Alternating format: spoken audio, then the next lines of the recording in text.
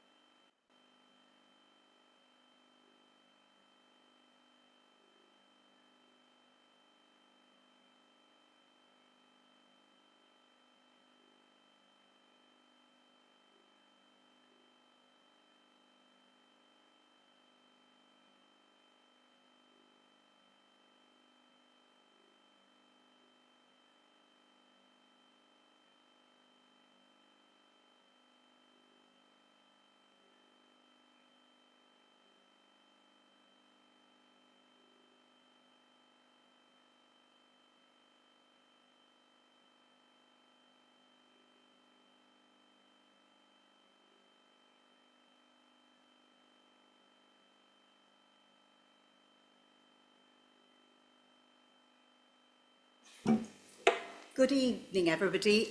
Before we get the meeting properly started, we've got the first item on the agenda, which is the appointment of the chair. I'm Madeline Rossmer, the Democratic Services Officer, and it's up to me to do this. So, do we have any proposals for the chair for the 2026-27 municipal year? Can I propose Councillor Martin Parsons, please, as the chair? Thank you. Do we have anybody who wishes to second? Thank you. Councillor, I've got two seconders there. Can we vote now, please? Right. Yep, that looks so it's passed. All right, I will now pass over to the new chair, Councillor Parsons, to look at the appointment of the deputy chair.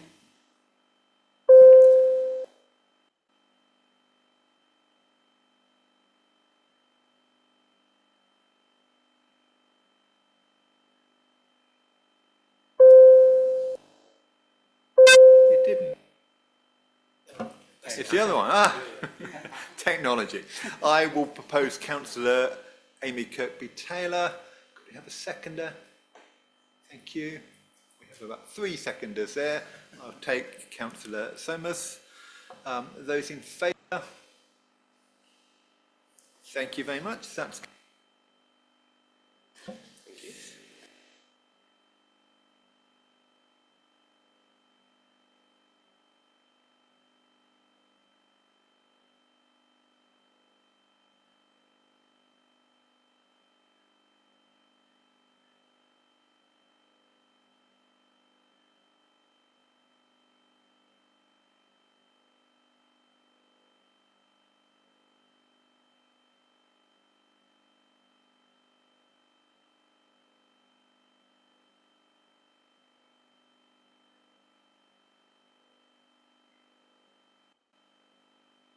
The meeting is being live streamed and will be available to view after the meeting on the Council's YouTube channel.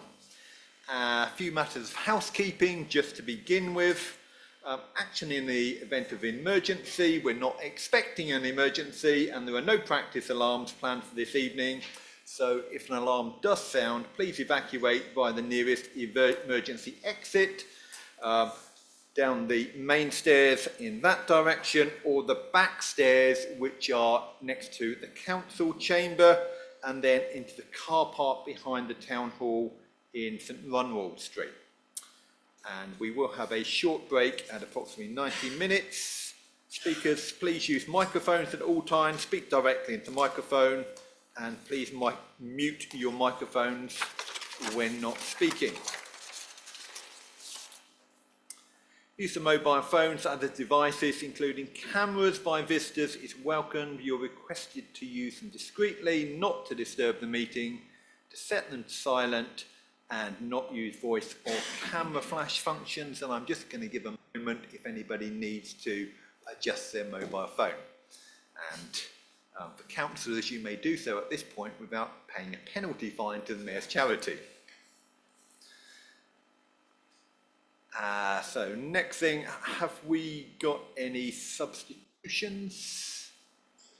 So we've got Councillor Kelly for Councillor Smith, I believe, and Councillor Smithson for Councillor Lissimore. Right, I'm just going to go around the table and ask everyone to introduce themselves. So starting on my left.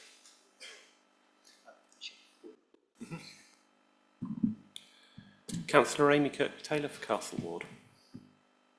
Councillor Thomas Rowe for Rural North Ward. Karen Sirett, Strategic Growth and Infrastructure Manager. Sandra Scott, Place Strategy Manager. Principal Planning Policy Officer. James Ryan, Director of Planning, Sustainability and Climate Change. Councillor Mike Saunders, Stanway Ward.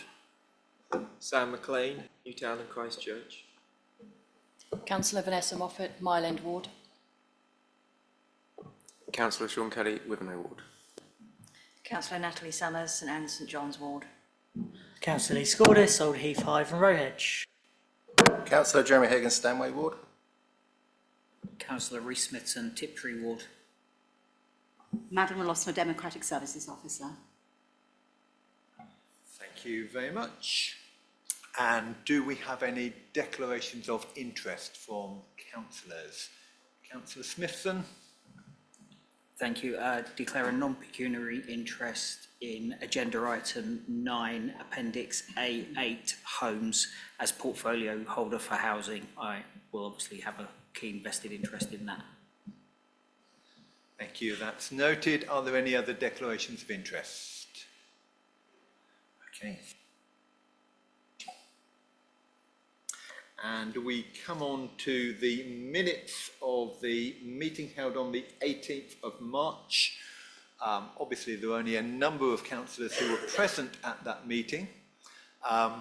Would one of those councillors who was present like to propose those minutes be accepted as a true and correct record? I have a proposal from Councillor Smithson and seconded by Councillor Kirkby-Taylor. Those in favour, please raise a hand. That is carried. Thank you very much. We're shortly going to move on to have your say. Before we do that, can I just say a few general comments about this committee? This is an evidence-based committee. There will be strong feelings on many of the things that are addressed by this committee. We understand that. It's the job of councillors to exercise scrutiny, but that should be respectful, even if it's robust. And the same goes for have your say. Councillors should not be publicly criticising any officer during this meeting, and obviously vice versa is true as well. This is also a committee where no one gets what they want. And that's true because we are constrained by national policy, we're constrained by the planning laws. Those have changed very significantly during the lifetime of this committee, with the imposition of the house building target, and particularly the change we have to inform the minister if we're likely to not approve a development proposal of 150 houses or more, so that that minister can decide whether to make the decision themselves. We may not like those, but we have to live within them. Can I also say, though, that it is a committee where we have to look at the needs of the whole of Colchester rather than just our own wards. I am happy for ward members to speak in terms of providing information about their own wards. You will probably know more about your wards than anyone else. And if it's information that's relevant to an item on this agenda, I'm happy for you to share that information. But the information sharing should not move into lobbying. We have to look at the needs of the whole of Colchester. So I hope we can bear in mind that distinction. Thank you. So we now move on to have your say. And our first speaker is Norma, forgive me if I'm not pronouncing this properly, Dinny Wheel, is that right? Thank you. From St John's Fields Residents Association. Would you like to come up? And you have 3 minutes to speak. You will have some response after that, and you may, if you wish to, say something for a further minute after that response. Thank you. Please feel free to start when you're ready. Good evening, Chair and members of the committee. I am speaking today regarding Site 10256, St John's Fields, and its relationship with Bullock Wood. As this committee is aware, Bullock Wood is not just a local woodland. It is a site of special scientific interest, an SSSI, and an ancient woodland. Under the National Planning Policy Framework, these are categorised as irreplaceable habitats. Our duty today isn't just to manage local growth, but to uphold a national mandate to prevent the deterioration of assets that, once harmed, can never be recovered. We are currently in a pivotal moment for planning law. The 2026 MPPF reform has significantly sharpened the teeth of habitat protection. What was once paragraph 193C is transitioning into statutory policy N6. This isn't just guidance anymore, it is a legal directive. The framework remains crystal clear. Development resulting in the loss or deterioration of irreplaceable habitats must be refused unless there are wholly exceptional reasons.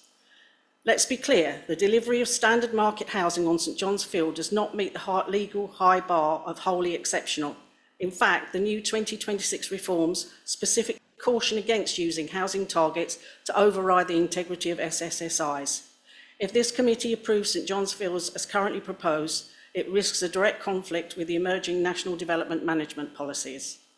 Proponents of St John's Fields may argue they aren't cutting down any trees, but the law and the biodiversity net gain regulations protect against indirect deterioration.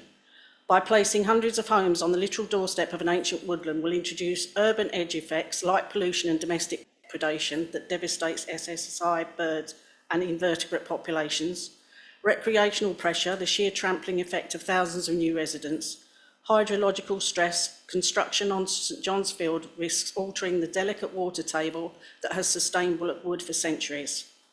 To align with the 2026 standards, should wholly exceptional circumstances for development be evidenced, we are proposing that an approximate 1 kilometre semi-natural buffer is needed as a suitable compensation strategy. This accords with Natural England's impact risk zones, as highlighted in Wild Justice's report Unprotected Nature.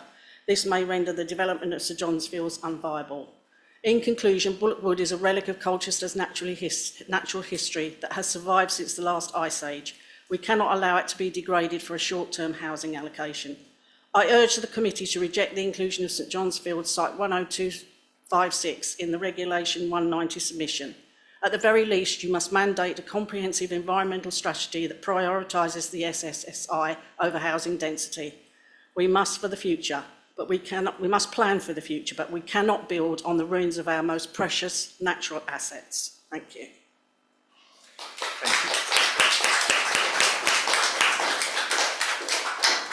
Thank you very much. And I can see Sandra Scott, who's raising her pen towards me.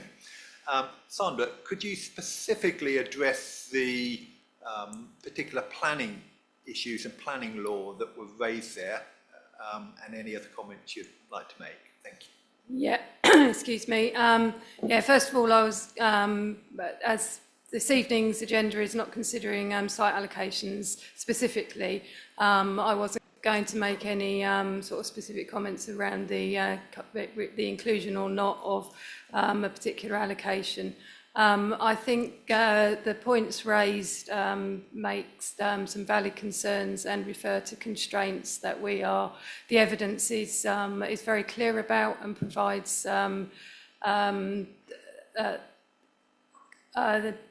evidence work that is being prepared or it already exists and is being updated will enable us to properly consider the approach that needs to be taken to those constraints in the event that that allocation is retained.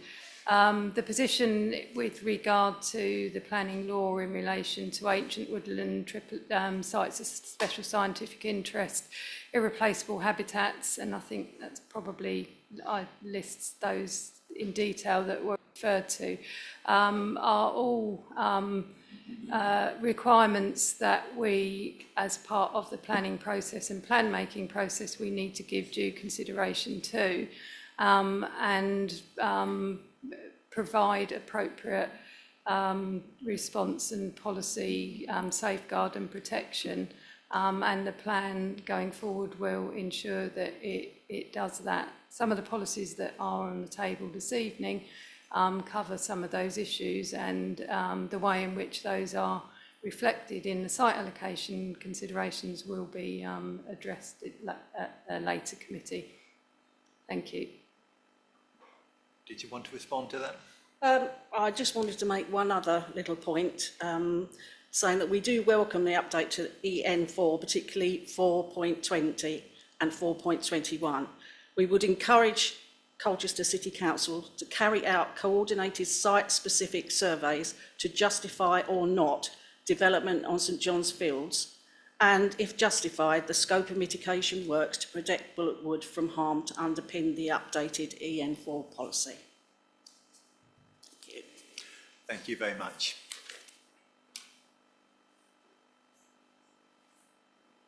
And our next speaker is Annette Butterworth from Welshwood Park Residents Association. And I think you know the procedure here. Just a bit. So welcome. And please start when you're... Thank you. The question concerns the same area, PP9, North East Colchester, and I'm speaking, as you said, on behalf of Welshwood Park Residents Association. Since last March, representatives of our association have met and had a helpful meeting with the planning officers. So thank you for that. We understand that the reports we submitted you are looking at in detail, and we look forward to the results of that. Our position hasn't changed. This area of North East Colchester is a precious jewel in the crown for the whole area of Colchester and is every bit as important as Middlewick Ranges. It's a designated countryside area outside the settlement boundary with red list skylarks, adders, stag beetles, bats, buzzards and much more. A working farm, at the time of worries over food security. A high-value landscape by the council's own designation. There are two things I would like to draw to the attention of the committee. Firstly, the published document from the planning officer's Strategic and Development and Management Policies, section EN 4.18, is rightly concerned with irreplaceable habitats. The ancient woodland of PP9 is irreplaceable, with many ancient and veteran trees, not only present in the obvious, the woods, but lining the fields and Salary Brook. It is a scarce and threatened resource of huge importance to wildlife, soils and diverse landscapes, and it is part of the woodland that covers only 2.5% of England's land area and has a high level of protection in planning policy. National policy states that development resulting in the loss or deterioration of ancient woodlands and ancient and veteran trees should be refused. Full stop. This is in the document the planning officers have circulated, and I urge the committee to consider this very seriously indeed. Secondly, I return to the elephant in the room. Coalescence of this area with the garden community. There'd be zero gap between Colchester and Tendring if it was built on, a breach of planning law. The company behind the proposals for the garden community are not happy. And what is the committee's thinking on this? Essex County Council issued a warning in their response, Retransport, highlighting the terrible potential for damaging traffic congestion. The proposal to develop the area covered by PP9 is born, I think, out of a desperation to meet an artificial housing target imposed on the council. The devastation of a beautiful and vital landscape for this is wholly unjustified. PP9 should be excluded from the proposed local plan.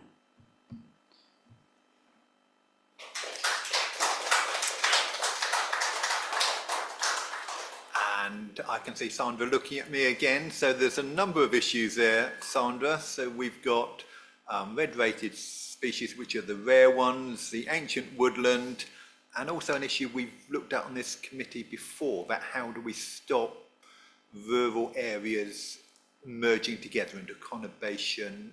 Is that fair? Yeah, okay. My response might be a bit more general than that, but I'll try to cover those points.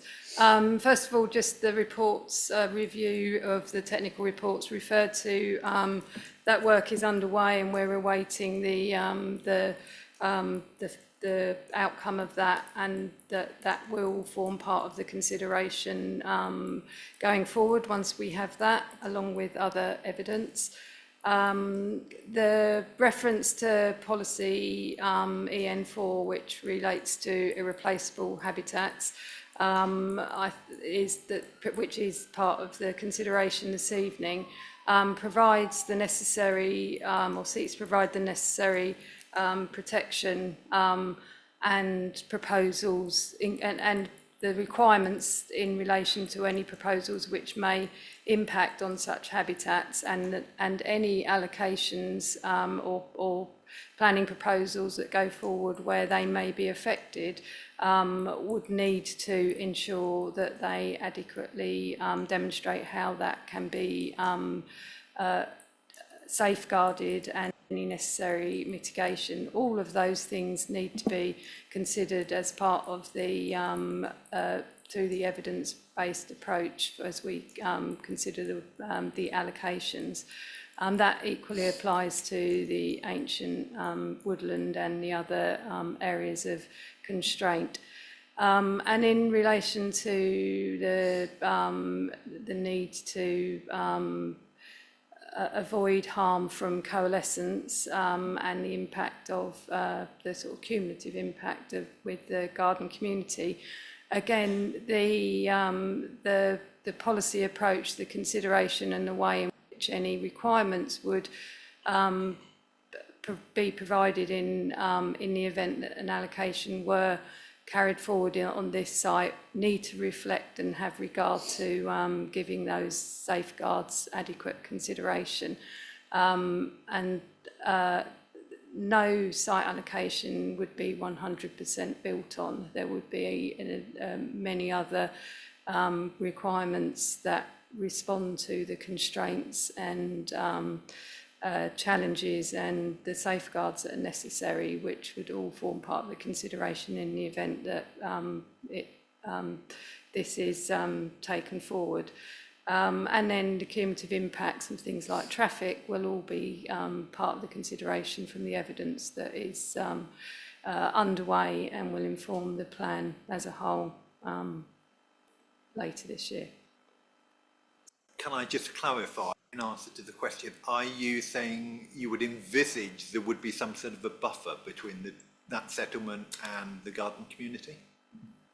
All of those, that there would be the opportunity to ensure that that there was the two developments had the adequate use of open space, landscape buffers, and protection of the features that the sites both have to safeguard those current constraints and characteristics. So potentially yes. Right, thank you, Sandra. Annette, do you want to come back for a minute? I spoke to Norma some time ago and she agrees with me that there's only a little road that divides St John's Fields from the rest of the area around Salary Brook, and that there's lots of bats and buzzards, but they don't take any notice of that road. That is their habitat. And down our fields, there are huge oak trees that are ancient and veterans, and they are irreplaceable. And frankly, how a developer would get on with avoiding doing damage to them beggars belief. In addition, I do feel the coalescence thing is being fudged. I don't believe that there will be enough space to leave between our area and the garden community if our area is built on. So forgive me, but I don't have much confidence in what you're saying. I hope that you can really take it seriously, committee. We're talking about a beautiful area that will be lost forever. Thank you. Thank you very much, Annette. And our next speaker is Councillor Mike Lambert from Oldham Parish Council. And I understand he's speaking on behalf of 6 other parish councils. That's correct. And Mike, you've been here before. I have. So you will be aware of the procedures. You've got 3 minutes and the bell will ring when you're getting near to that. So when you're ready. Evening, members. The 7 parishes welcome the report regarding community infrastructure levy. This will be essential if the councillors get anywhere close to ensuring the necessary infrastructure to support the planned growth can be in place by 2043. The AECOM IADP, Newmark Viability Assessment and Jacobs Transport Report published last year already provide the evidence to demonstrate the scale of the challenge in the absence of any funded scheme for the A120 or A12. However, the Council needs to go further and faster than the recommendation before you tonight. There must be a more positive endorsement to pursue a SIL in principle now and a commitment to prioritise this work to ensure it runs parallel with the local plan and not behind it.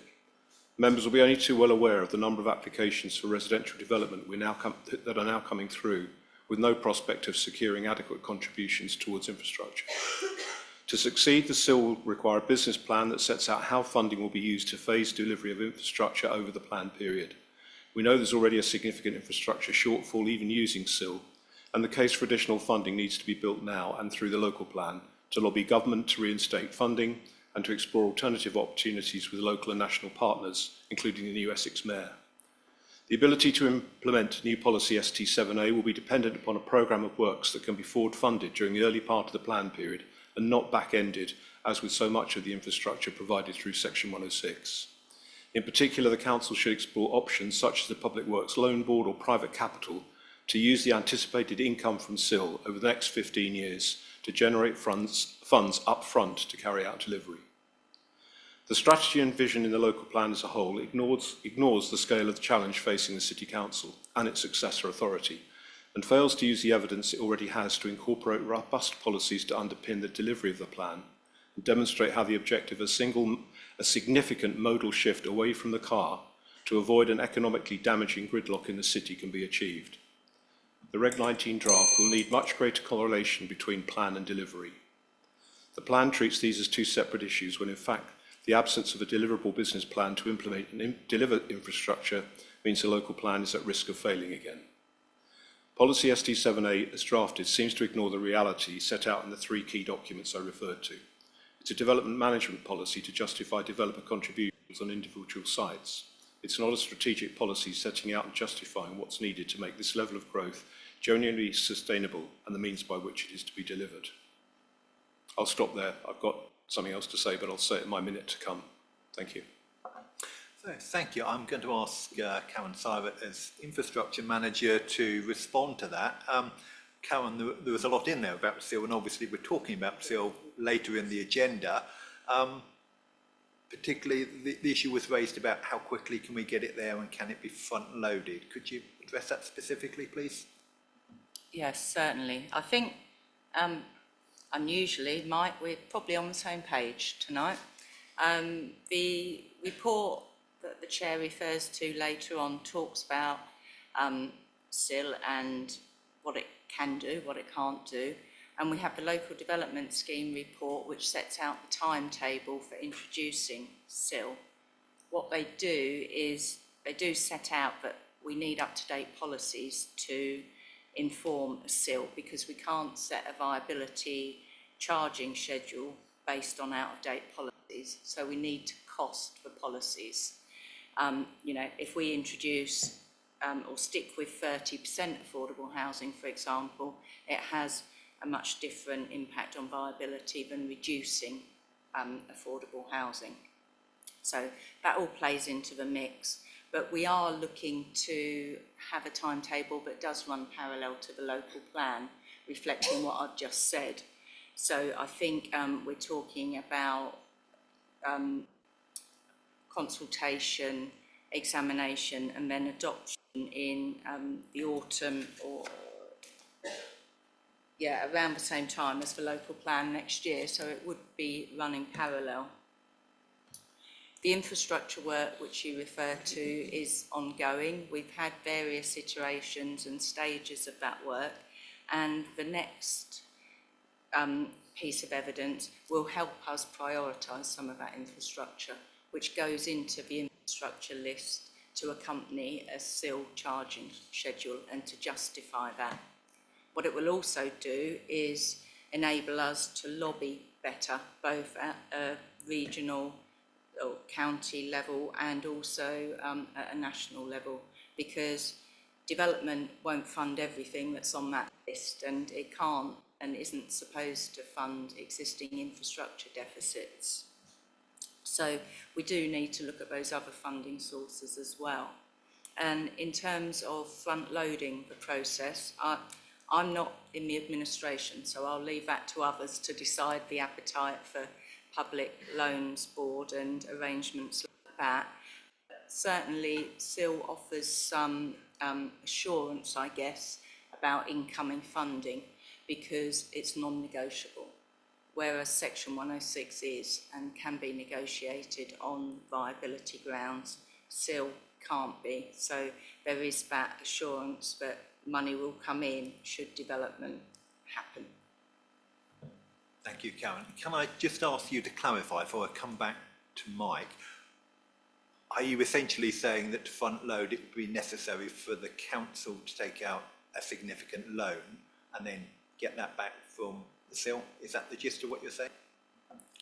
That's one possible option, yeah, depending on the cost of the infrastructure and when it needs to be delivered, yes.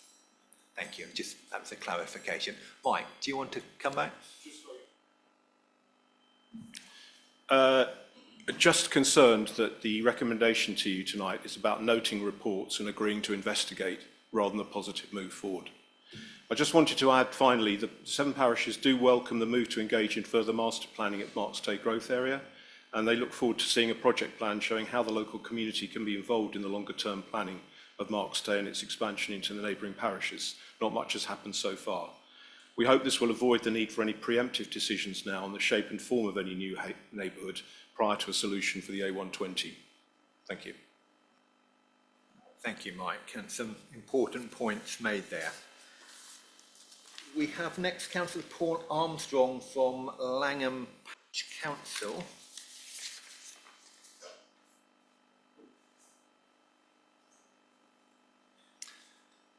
And as for the other speakers, you've got 3 minutes when you're ready. Right, thank you, councillors and officers. I'm Paul Armstrong, Langham Parish Council Chairman. I'd like to thank officers for the proposed amendments to policies ST3, LC2 and NZ3, building on feedback received from the Regulation 18 consultation. I'm also pleased to note the creation of a new sustainable transport policy, ST7A. I believe these changes should lead to the removal of the Langham 900 and Boxted 150 allocations from the Reg 19 submission plan. In Spatial Strategy Policy ST3, the tightened wording re-emphasises the importance of proportionate growth across the settlement hierarchy, whereas the Langham 900 allocation is 20 times disproportionate. New paragraph 3.26 seeks to ensure that the cumulative impacts of growth does not harm the nature, role and function of the settlement over the planned period. Turning to landscape policy LC2, the wording has been made more specific, stressing the requirement to actively further the national landscape purpose. It notes the need for LVIAs and serious consideration of alternative options where proposed developments might cause harm. The proposed large allocations in Langham and Boxted, both just 500 metres from the DVNL boundary, are clearly within its setting and will harm, not further, the national landscape purpose. The wastewater and water supply policy, NZ3, has had a pretty major rewrite, mostly it would appear reflecting feedback from Anglian Water. I am delighted to note that the policy now calls for adequate sewerage network capacity as well as WRC capacity. That'll be a relief to Langham residents who've suffered sewage flooding in recent years, provided, of course, the policy is properly upheld. I'd also like to propose 2 small but important wording changes to NZ3 for consideration by the Council tonight. I believe written copies have already been circulated, but the gist is as follows. Firstly, in sewer catchments with 0 capacity, all development proposals should demonstrate capacity, not just major developments as currently worded. Secondly, non-mains wastewater drainage should only ever be considered for small developments. It is never appropriate for major developments, which the current wording wrongly allows for.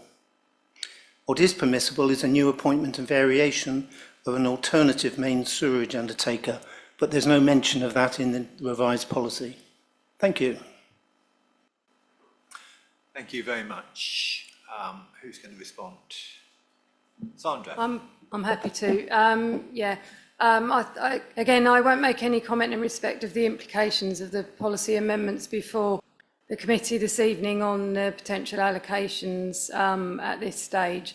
And as mentioned previously, the constraint and the points you make in relation to the national landscape and the other constraints and the impacts of development are all elements that need to be considered against the evidence as further evidence informs the allocations as we go forward, which includes all of those points that you made in relation to the landscape, the national landscape, and the cumulative impacts, which the evidence is required to seek to address and ensure the plan provides the adequate safeguards.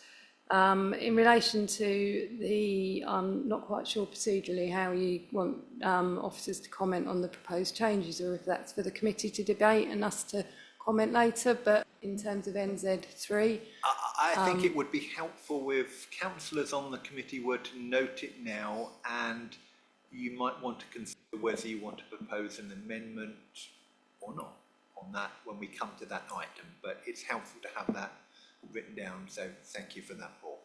Okay, and so obviously you can give some advice I'll give at that comments point. at that time. Yeah, that's fine, thank you. Okay, so Paul, do come back. You've got 1 minute, as I'm sure you're aware. Thank you. So, changing the subject slightly, I am pleased to see the proposed new Sustainable Transport Policy, ST7A, and I hope that it will get approved tonight. The imminent new version of the NPPF places large weight on improving sustainable transport connectivity. Indeed, it mandates the use of the Department of Transport's connectivity tool to help assess this.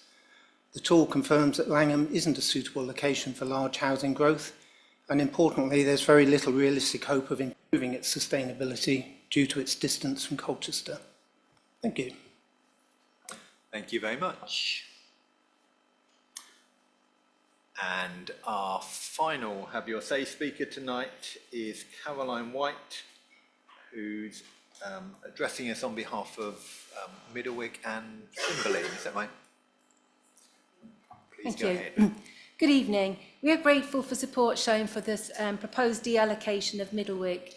As officers explained, the ecological evidence does not support development at any scale, and the MOD acknowledged the proposed deallocation in its Reg 18 response. The MOD still intends to sell Middlewick, and they refused to prepare a management plan. We challenged plans in January to drive heavy machinery over waterlogged meadows, and our complaint has reached the third stage of the MOD's complaints process. So we were surprised to read the MOD's objection to the proposed local green space designation, also in their Reg 18 response, claiming it may constrain habitat management and compromise proper ecological management, despite them consistently refusing to have a management plan. The proposed sale of Cymbeline Meadows highlights how sites considered safe may still be vulnerable. Like Cymbeline, Middlewick is a local wildlife site, but has no higher designation. Local green space designation not only recognises a site's importance to the local community, but also provides protection through the NPPF. We are grateful the Council has listed Middlewick as an asset of community value. Our application included extensive evidence that Middlewick is demonstrably special to the local community and holds a particular local significance, meeting the NPPF criteria for LGS. The MOD argues that LGS is inappropriate for sites requiring conservation management. However, paragraph 107B of the NPPF explicitly includes richness of its wildlife as one of the criteria. Conservation value and LGS designation are entirely compatible. Our campaign for SSSI designation at Middlewick is well known. The Council reaffirmed its commitment to transform Cymbeline Meadows into a local nature reserve.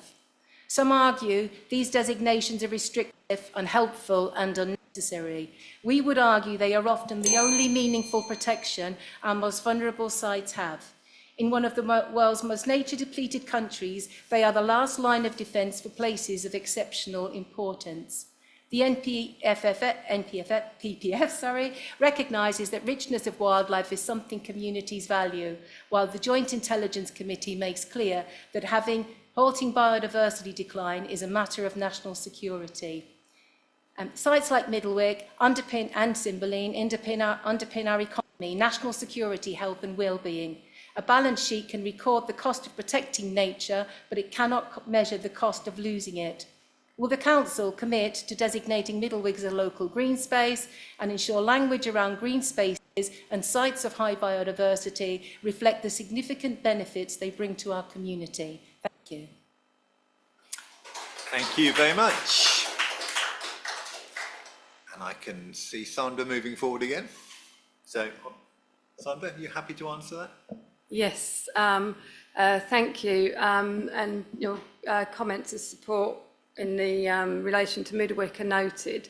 It's not appropriate to make any comment on the MOD conservation management plan for Middlewick, 'cause it's not a matter for this committee.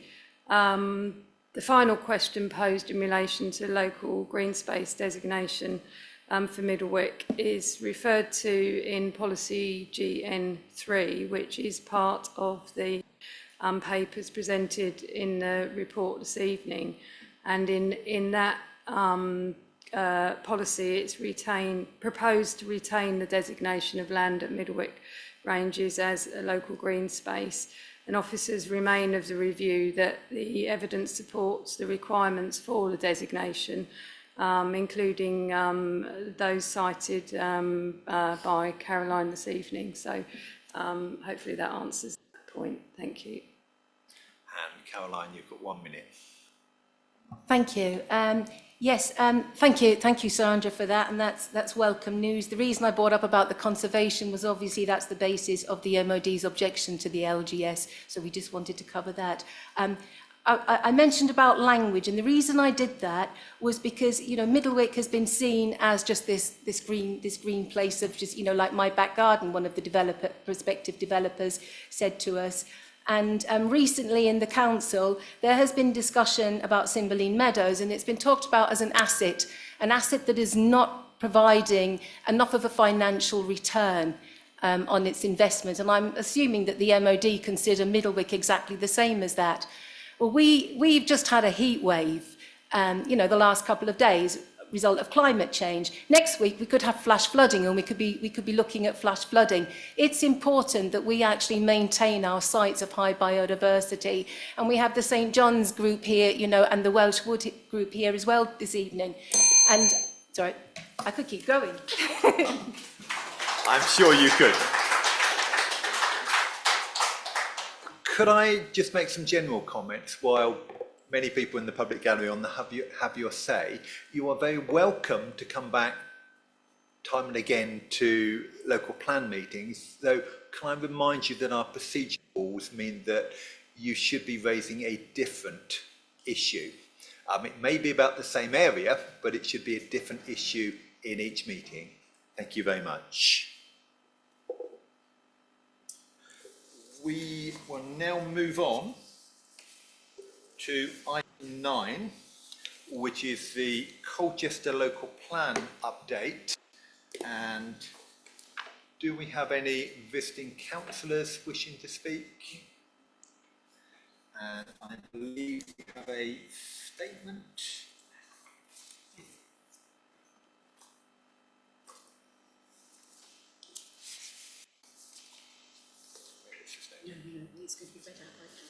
Oh, I do beg your pardon.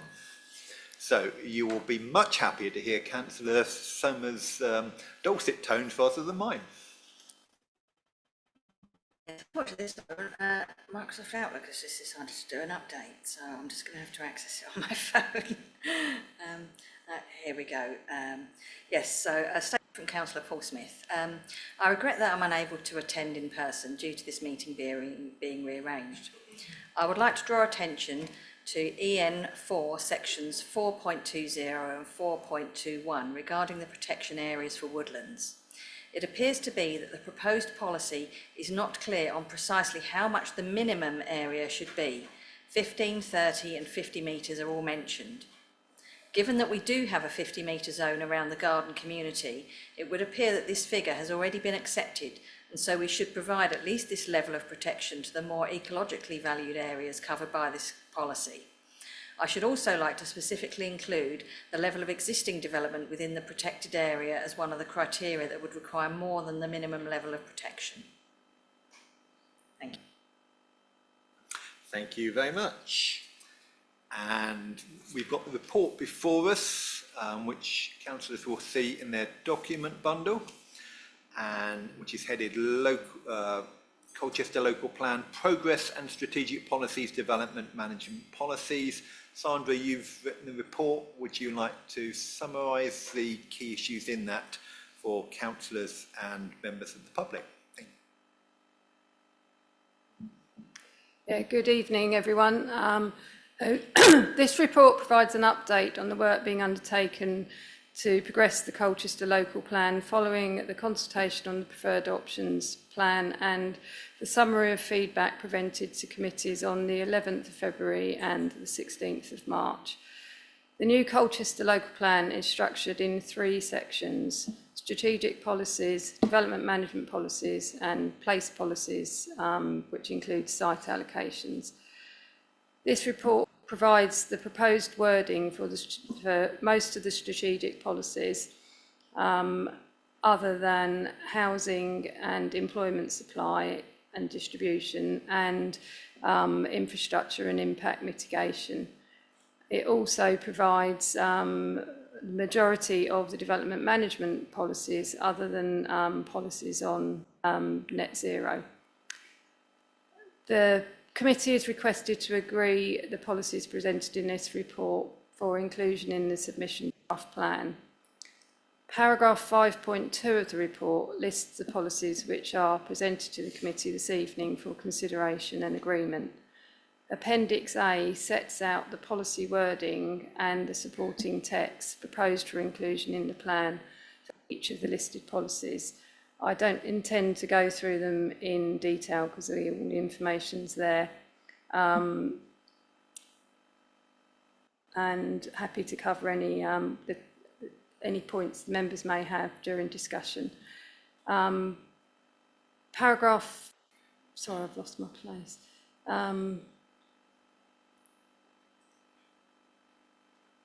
Amendments are generally proposed in response to representations received and any further evidence available. The changes seek to address issues where possible, improve clarity and reduce duplication. Paragraphs 5.7 to 5.25 of the report provide a summary by chapter of the nature of amendments to policies within that chapter, and paragraph 5.5 of the report identifies some of the key changes made to the policies, which include the introduction of new policies on sustainable transport or connectivity, an islands policy and a policy on play and child-friendly places. Policies covering tree canopy cover and new trees have been combined, and the policy covering flood risk and sustainable drainage systems have been split into 2. Finally, changes to many policies have been made to reflect key elements of the existing supplementary plans, which will lose their status once the plan is adopted due to changes in the planning legislation. The remaining paragraphs in section 5 of the report provide an update of the evidence work which is continuing to help inform the outstanding sections of the new local plan. All evidence will be available to support the whole Reg 19 plan. The updates underway are listed and include key evidence documents including transport, infrastructure and a delivery plan and viability, amongst other pieces of evidence which are all identified.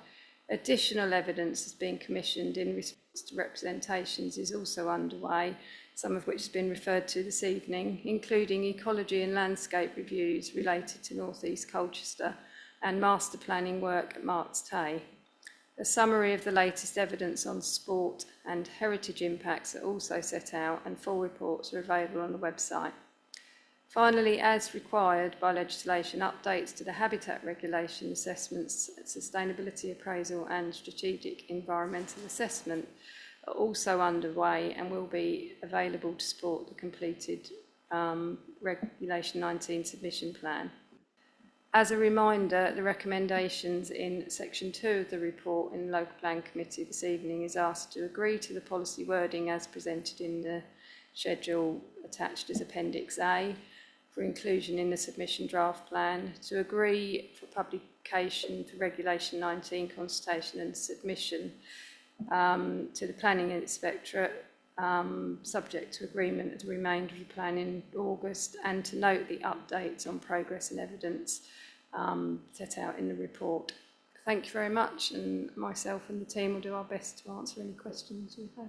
Thank you. Sandra, just for the benefit of new members of this committee, and I'm aware we've got at least one new councillor here, if we don't have these policies, we can't progress to a local plan, and if we don't have them, we can't have a seal either, is that right? Yes. Okay, and if we don't have a local plan, effectively it would mean that developers could apply for big housing estates wherever they wanted, and there'd be very little we could do about it. Yes, Karen may want to add. Yeah, it varies on particularly the housing land supply that we have at any one time. If we haven't got an up-to-date plan and we haven't got a 5-year supply, then our ability to refuse applications is more limited. Thank you. I won't ask you to define more limited because it's a movable feast, I know. Right, and can I just say that in these policies, we did actually, I think it was about a year or so ago, we raised the prospect that we should have an islands policy, and we've now got one. So we do sometimes get some changes made. Right, who would like to speak on this issue? So I've got Councillor Scordis and then Councillor Summers. Anyone else? Councillor Kelly. And then Councillor Hagan. Okay, so Councillor Scordis, off to you first. Thank you, Chair. And I think you summed it up well when you started with the fact that no one really gets what they want from this committee, is how it feels much of the time. And an important point was just raised there around land supply and speculative development. We've already seen that in Colchester. We've seen it in my ward, where an area that would be designated in this local plan as protected now has a viable planning application in. And we also saw it with one in the Lexton ward as well, as their councillors were at the same meeting I was in. So we are at this stage now, gone past ground zero. So it is very worrying. I understand why people do get concerned about some of the applications we're speaking about, but we can't spend too long moving pieces of the jigsaw around, because we'll be here in 5 years, the same problem with no local plan, similar to Tendring and Basildon that have seen these issues. I'm really happy with some of the amendments that have been made over the years. I think they're sensible, such as your island policy. But I'm very happy with the mention as well around Magdalen Street and the Hive as areas of opportunity to regenerate. Anyone who's lived in Colchester long enough knows that Magdalen Street has always never been a very nice street to walk down. It used to be industrial, lots of HMOs, and that's the main route into Colchester for people from Tendring if they're coming in for work. So it's not the best advertisement, neither is the Hive at the time. So I think it's really good that we have that in there, seeing that there is opportunity to actually have some regeneration in those areas. But I'll leave it over to others, Chair. Okay, I don't think there was anything you were asking for an officer response there, was that? Okay, so I will move on then to Councillor Somers. Thank you, Chair. And I echo Councillor Scordis's words that, you know, it's good to see these updates coming through and changes being made. So the island policy is a good one to see. But going back to in 4.2 and 4.21, as mentioned previously in Councillor Paul Smith's statement, just going on the buffer zones, the minimum buffer requirements. I'd just like to know if we can have a little bit more clarification in the wording as to how large the buffers should be when there is already development, significant development along one side of ancient woodland and significant development proposed for another side of it. And given, as I said, that we already have a 50-metre buffer going around the garden community, surely ancient woodland should deserve a similar buffer. And I would just like to see that wording firmed up, if at all possible, so that we've got a bit more clarity what ancient woodland is deserving of. Thank you. Okay, Sandra, do you want to respond to that? 50 metres doesn't sound much to me, but what would you think would be a good measure on that one? I think the specific reference that that has been removed from the policy was the intention of not putting a prescribed amount in the policy itself. Is intended to create greater flexibility, to acknowledge that some areas require a far bigger buffer treatment for the characteristics and constraints that apply than another part of a site or another site may do. So by the supporting text does try to explain the sort of quantify areas where based on evidence and guidance that applies at the time, but that also is subject to change. So I think the suggestion of not putting a specific number or for any different types of land characteristic on a site in policies is to try to enable application of greater flexibility, so it responds to the characteristics that apply to the site, to actually give more opportunity where some areas would lend themselves to some very specific evidence that might be considered as part of a planning application, that might need a far greater buffer treatment than we may specify in policy. So the idea of not putting the number in, that's the thinking behind it, and the supporting text sort of seeks to explain that further. But you know, clearly it's if the view is that a different approach should be followed, then obviously that's why we're bringing it to committee. But that's the thinking behind it. And there's multiple different sets of guidance as to what the minimum amount should be in one circumstance and another over another. So the idea of not prescribing it, but to think about it case by case, is what the principle of what the wording suggestion is being put forward. Do you want to come back on that?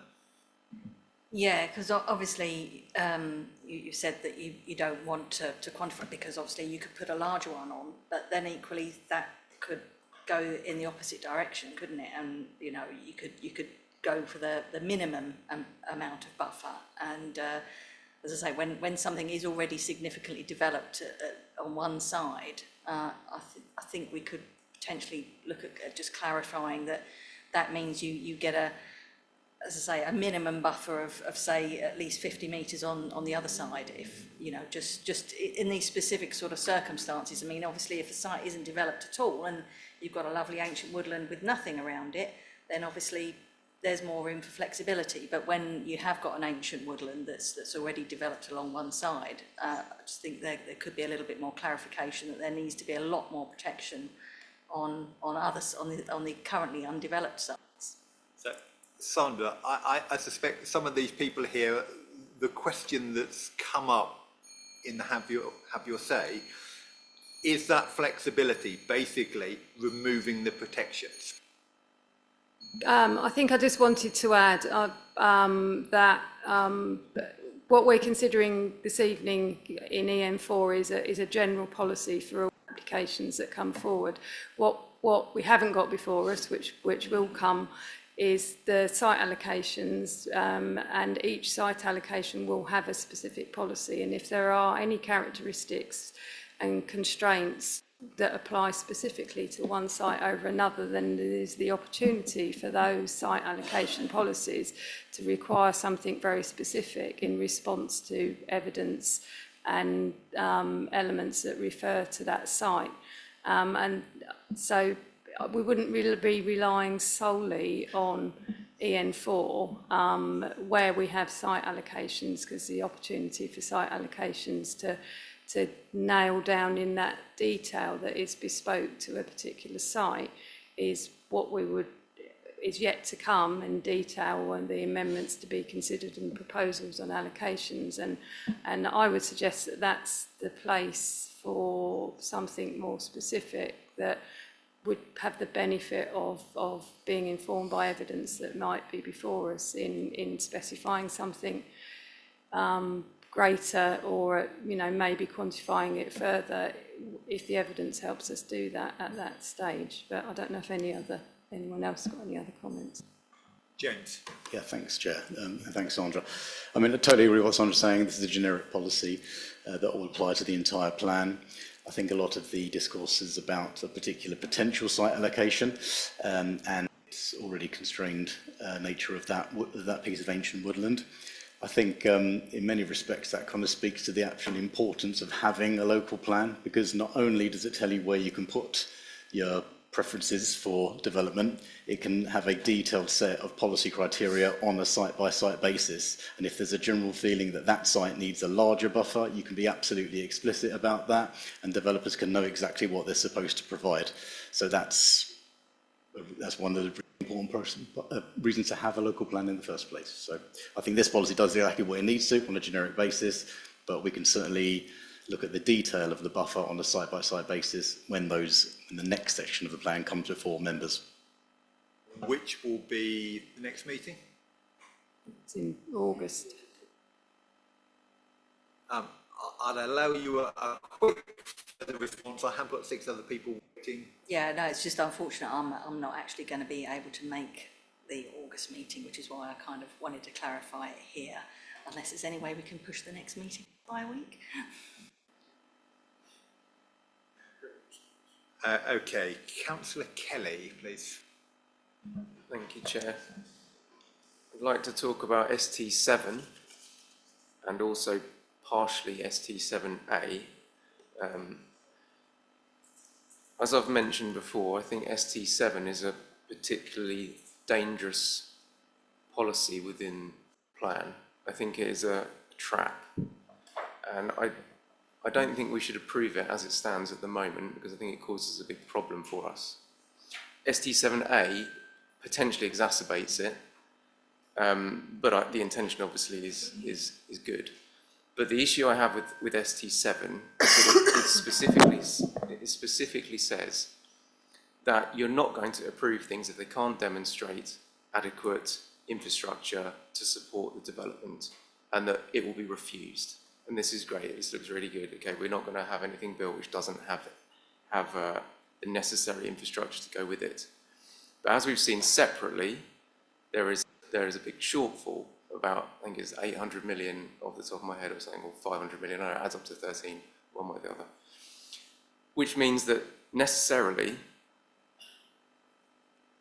either 8/13 or 5/13, whichever way it is not going to be approved due to that policy. It's written in that, they will be rejected, which means that we're going to miss our targets by that same proportion, which means the big boogeyman, which appears to be floating around consistently, is that of speculative development, then has a prime opportunity to come in and wreak havoc if it so chooses. I've made it a person, it's not a person, obviously.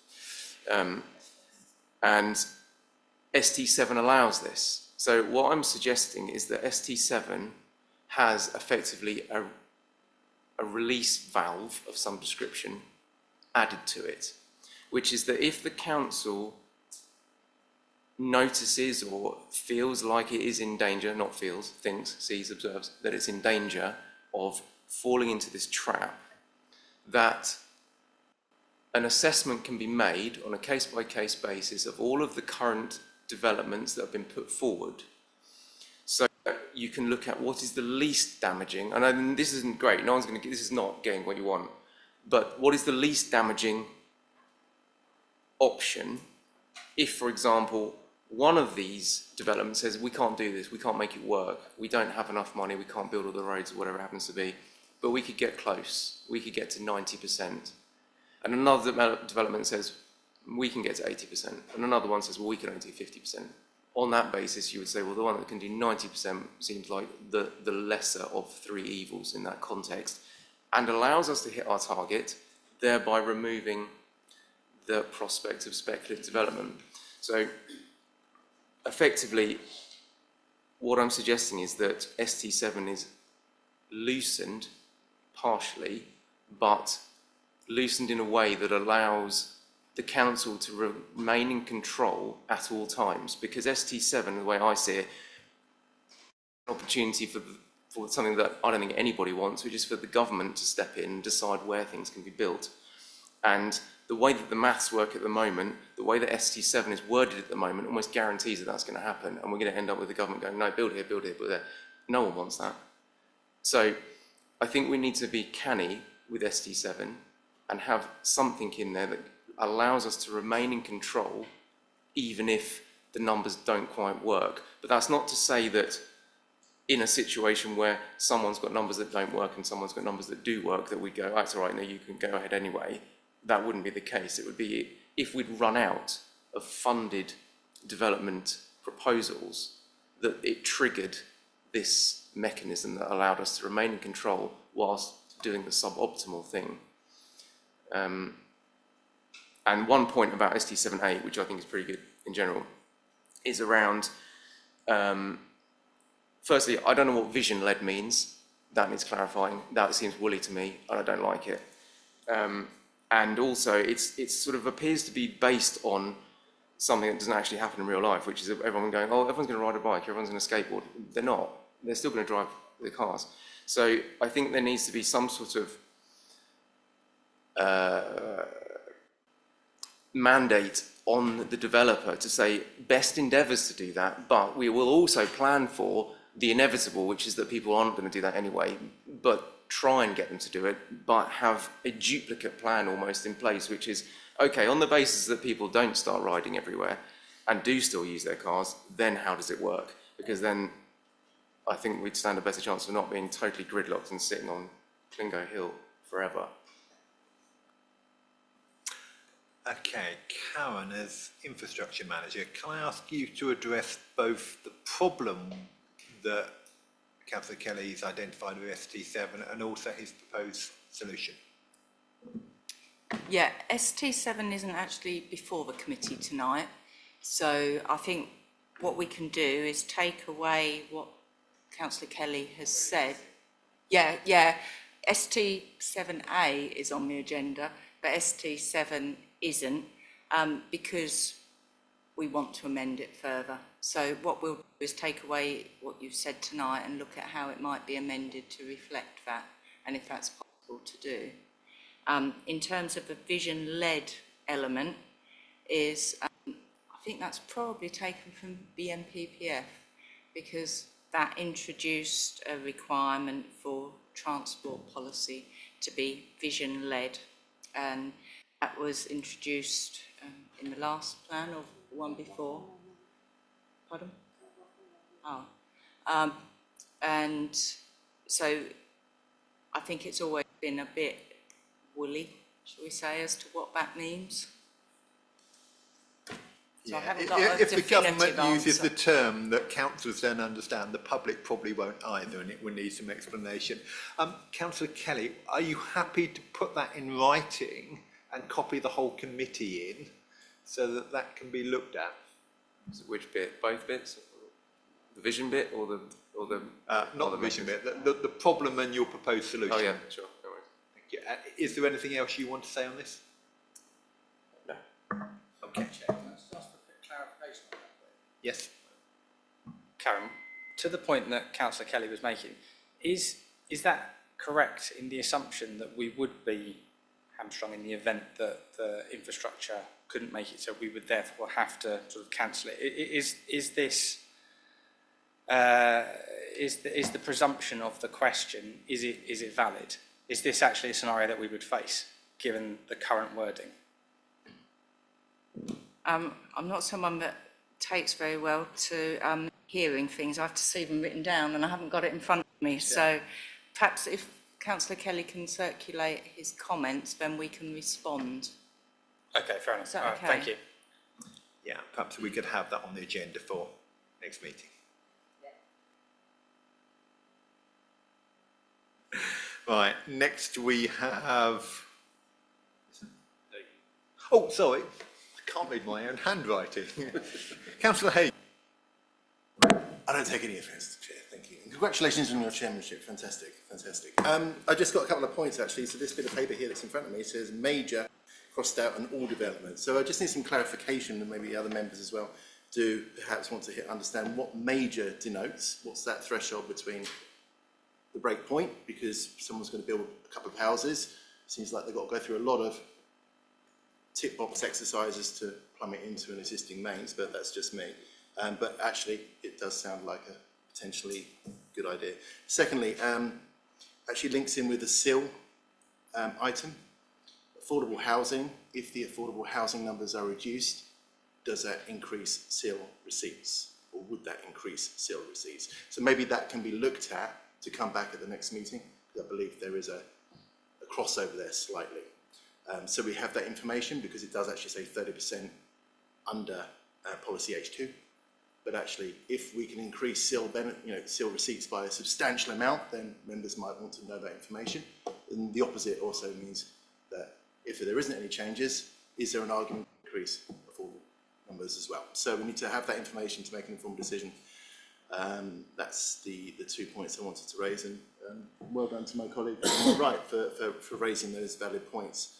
I think we also understand that we're hooking on a policy that Essex County Council wrote at some point. There has been changes down in Chelmsford, and perhaps there'll be changes to their policy which might change it before we get to the adoption stage. So we need to understand what the current situation is with that.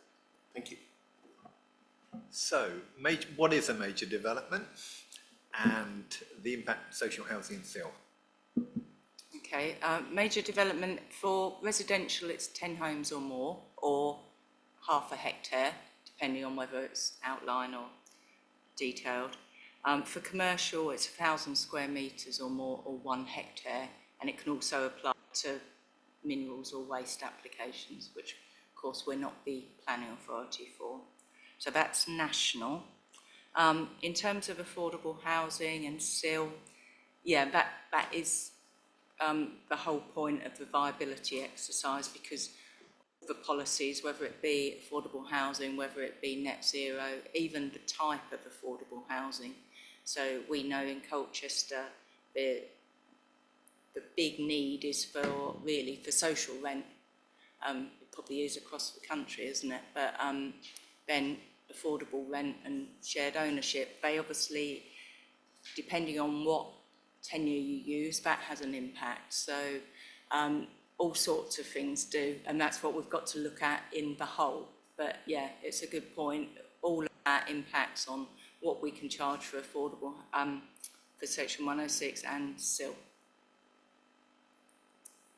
Happy with that? Okay, so I've got next Councillor Smithson, who will be followed by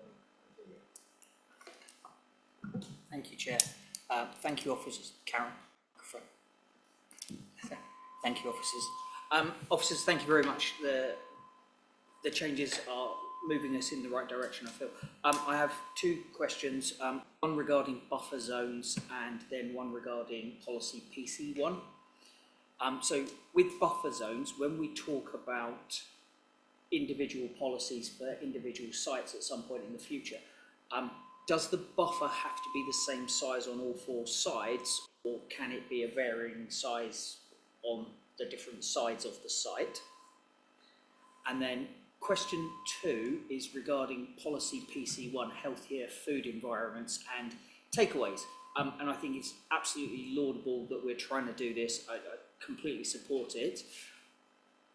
with my day job hat on, this policy as it's written will capture pretty much every garage, supermarket and convenience store we have these days, because they all sell warm pastries and coffees, and that now counts as hot takeaway food.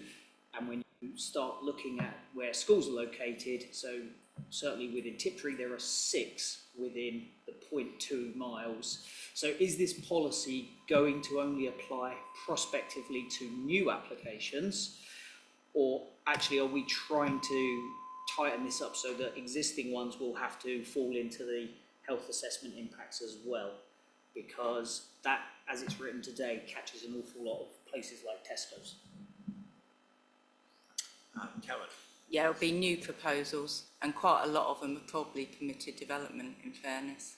So you can change uses between things. So our ability to control it is limited, and we wouldn't want to, stop businesses.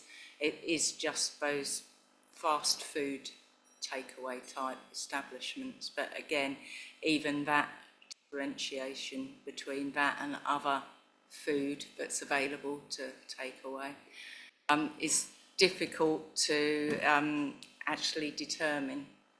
So it's not straightforward, but I think including the policy was a start. So. Do you want to come back? Yeah, I think this policy is going to need quite a bit of mind shifting to try and find a way to give effect. I know what you're trying to achieve, Karen, but as it's written at the moment, it would catch lots of supermarkets that have hot chicken, for example, and it's not intended for that at all, but it would, as it's written, catch those. It does say new development, doesn't say existing development. And existing supermarkets need to apply to stock hot chicken or... Convenience store that used to be job would. It's probably in the same use class. So, no, I think hot food takeaways, James, is that correct? Is in a different one, but... Yeah, I think this would only really catch a hot food takeaway of the type where you can't sit in and eat it. So all we can do is what we can do, because the relatively recent Class E covering so many different commercial uses, there's a huge amount of permitted change between the various use classes, which was the whole idea of changing the use class to Class E. But this allows us to control where applications are needed. It's as simple as that. But we can't control what we can't control. Karen, so is this a hot potato or not? I wasn't going to come back on that, but I didn't comment on the buffer question, did I? Buffers can vary. Yeah, it's not one size fits all, even on one site. Okay, so we've got Councillor Young, and then I'll have Councillor Kirkby-Taylor after that. Thank you, Chair. Apologies for my lateness. I was giving Councillor Scordis a running commentary on my journey difficulties, so I hope that was recorded. I want to start by praising the officers. I think this Appendix A is so well written and so well researched. We ought to give them credit where credit's due. It's what we expect from them, but it's a huge amount of work being done. So thanks very much, and it was quite enjoyable reading. And I think you have taken into account a lot of what the committee has wished for, and well done. But a few specific points in 2.7, which is page 42 of 338, one you'll be interested in, Chair, because it's about water. It says water quality in Essex is below the national average as a result of storm overflows discharging sewage into the water supply, pollution from fertilisers, and poor livestock management and runoff from construction and traffic. And I noticed whatever the status has got from Councillor Lambert. Is this from Councillor Lambert? Armstrong, from Councillor Armstrong. Talks to that issue as well. Yeah, I mean, we know. I mean, I don't have any faith in Anglian Water or the regulator or the Environment Agency, whoever's responsible for our rivers, or the last government, for allowing this to happen. And we're water stressed, as we know. And so I wonder if we can strengthen that section in some way, shape, form. That's my first point. Second point is on the garden community. You'd probably expect me to raise the garden community, although I didn't notice the word Greenstead once in the whole of Appendix A, which I was quite relieved about. But obviously the garden community does affect Greenstead Ward.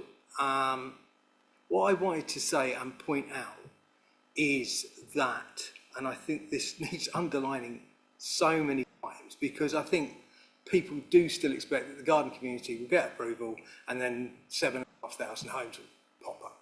Well, of course, that's not the case. So if I can, Chair, I'll read what it says. Within the local plan period up to 2043, that's 17 years hence, God knows how old I'll be then, the garden community is expected to deliver approximately 3,750 of the total 7,500 homes, with development continuing longer term beyond 2043 to completion. Now, that's already in bold.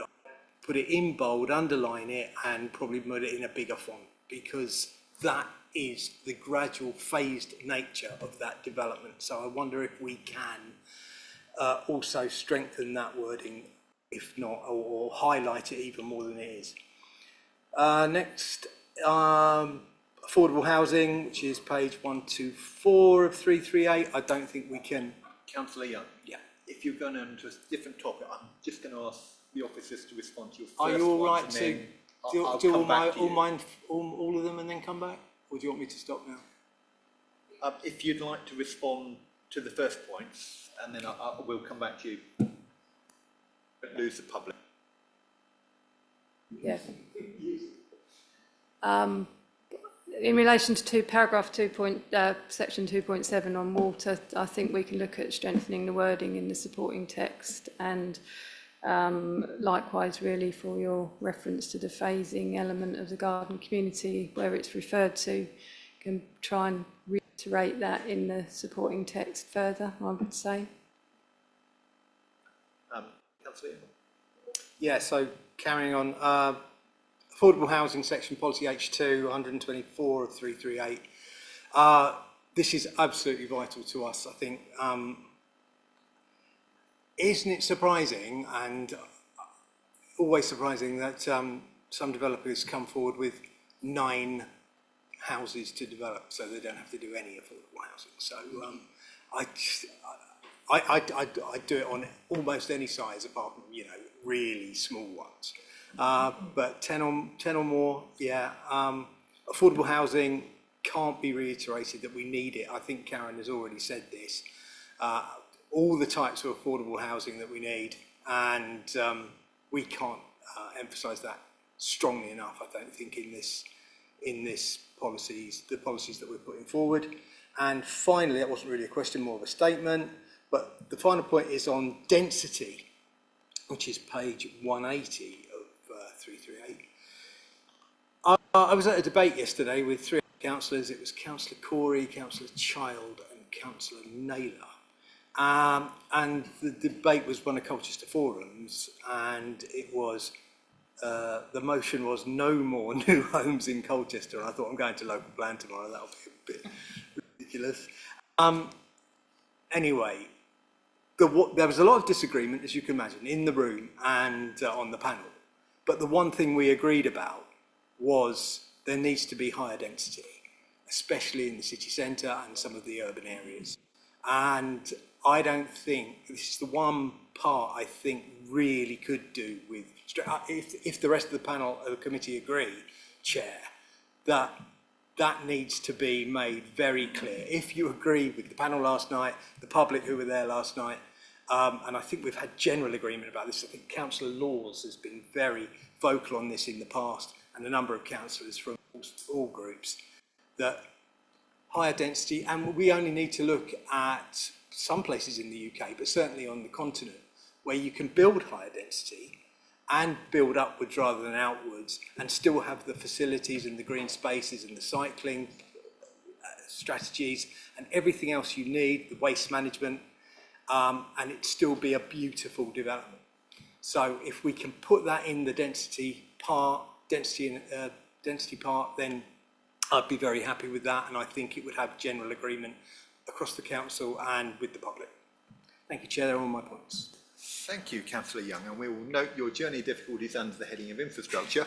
I am seeing quite a lot of nodding heads to Councillor Tim Young's comment in terms of the need for greater density, upward building in the urban area. Is there anyone that particularly wanted to disagree with that? I will allow you to speak very quickly if you do. So I think there's a pretty well a consensus on that.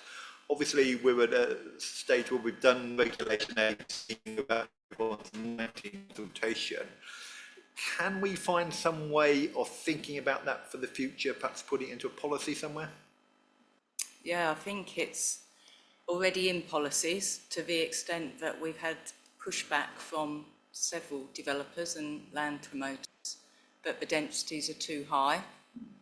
The government are moving towards high densities, especially around train stations, so it's setting some guidelines there for a start, which helps.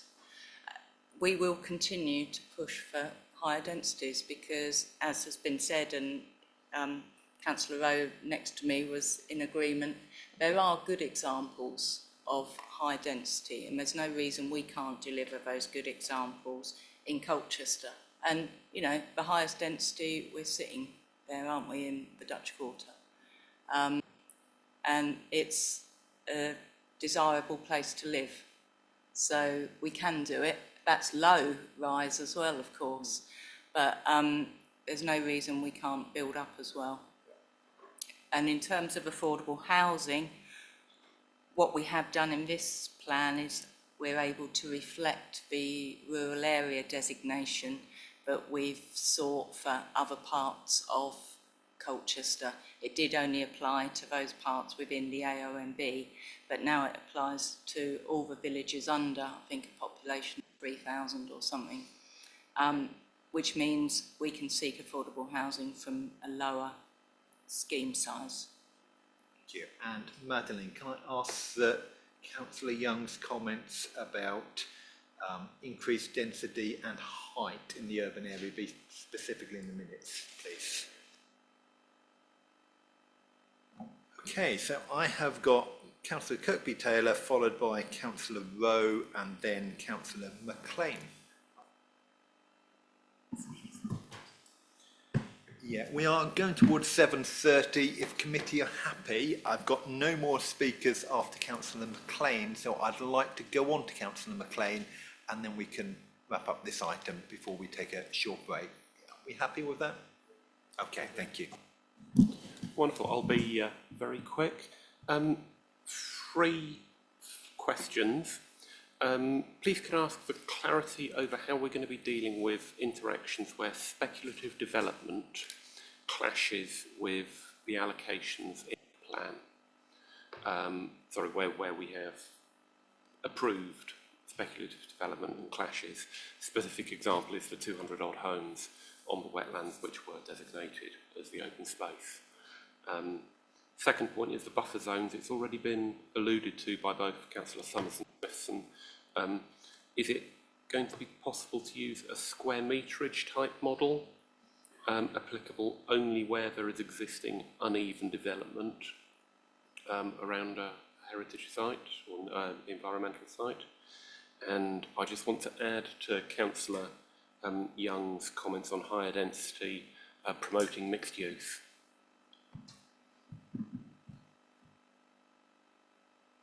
Is there anyone who wants to make a brief comment as officers on that? I'm not sure I've quite followed the speculative development point. Is it...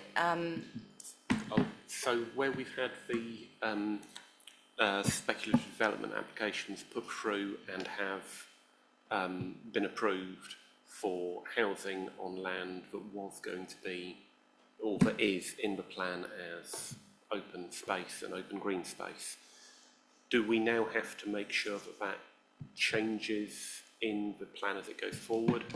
And when is that going to be? There is going to be a period of time where we're going to have clashes, and how are we going to deal with those? Oh, thank you. That helps clarify it. We had a similar situation a few years ago with Tiptree, actually, because Tiptree were producing their own neighbourhood plan and there was a delay in that process. And applications were coming in and some were approved, some were refused. And the neighbourhood plan team had to decide how they dealt with that because of the wider ambition to deliver, in particular, a link road to the north of Tiptree. And they decided that they would maintain the figures in the neighbourhood plan and stick with their allocations, as well as accommodating the additional 200 dwellings that had been granted on appeal. So we have to face reality that applications come in any time and for any site, whatever stage the plan is at, and we have to determine them on their merits at that particular time. What we will seek to do is, if there's a site that we were intending to allocate for open space, is reallocate that wherever we get the opportunity to. But come the agreement around the Reg 19 consultation, and that's effectively the cut-off period. In terms of the buffer zones, I think it's about keeping it flexible so that you don't undermine a policy by saying, I don't know, if we said 50 metres everywhere and actually a site did only require 10 metres because it wasn't as important as another site, then it could be seen that the policy was just a one-size-fits-all and not fit for purpose. So I think retaining some of that flexibility is important, and I didn't jot down the third point. Just promoting high density, mixed use alongside high density. Yeah. Thank you. We'll reflect that. Okay, Councillor Rowe, and then Councillor. Thank you, Chair. I think, fortunately, a couple of my points have already been sort of raised and probably addressed. First point, I think Councillor Kelly spoke to this earlier, but I just want to get clarification. I think it might be in writing from Karen after the meeting, around if infrastructure cannot support the site, will it be removed from the plan? I think that will be covered in the response that you give to Councillor Kelly, which will be circulated with the full to the full group. Can I just clarify that that's correct? I can answer that now. Okay, I'm cool. clearer. Oh, fantastic! There we go. If an application can't be supported by appropriate infrastructure, then it should be refused. For example, if a safe access to the highway can't be achieved through a scheme, then it should be refused on highway safety grounds. So each application looked at on its merits, and infrastructure capacity will be taken into account.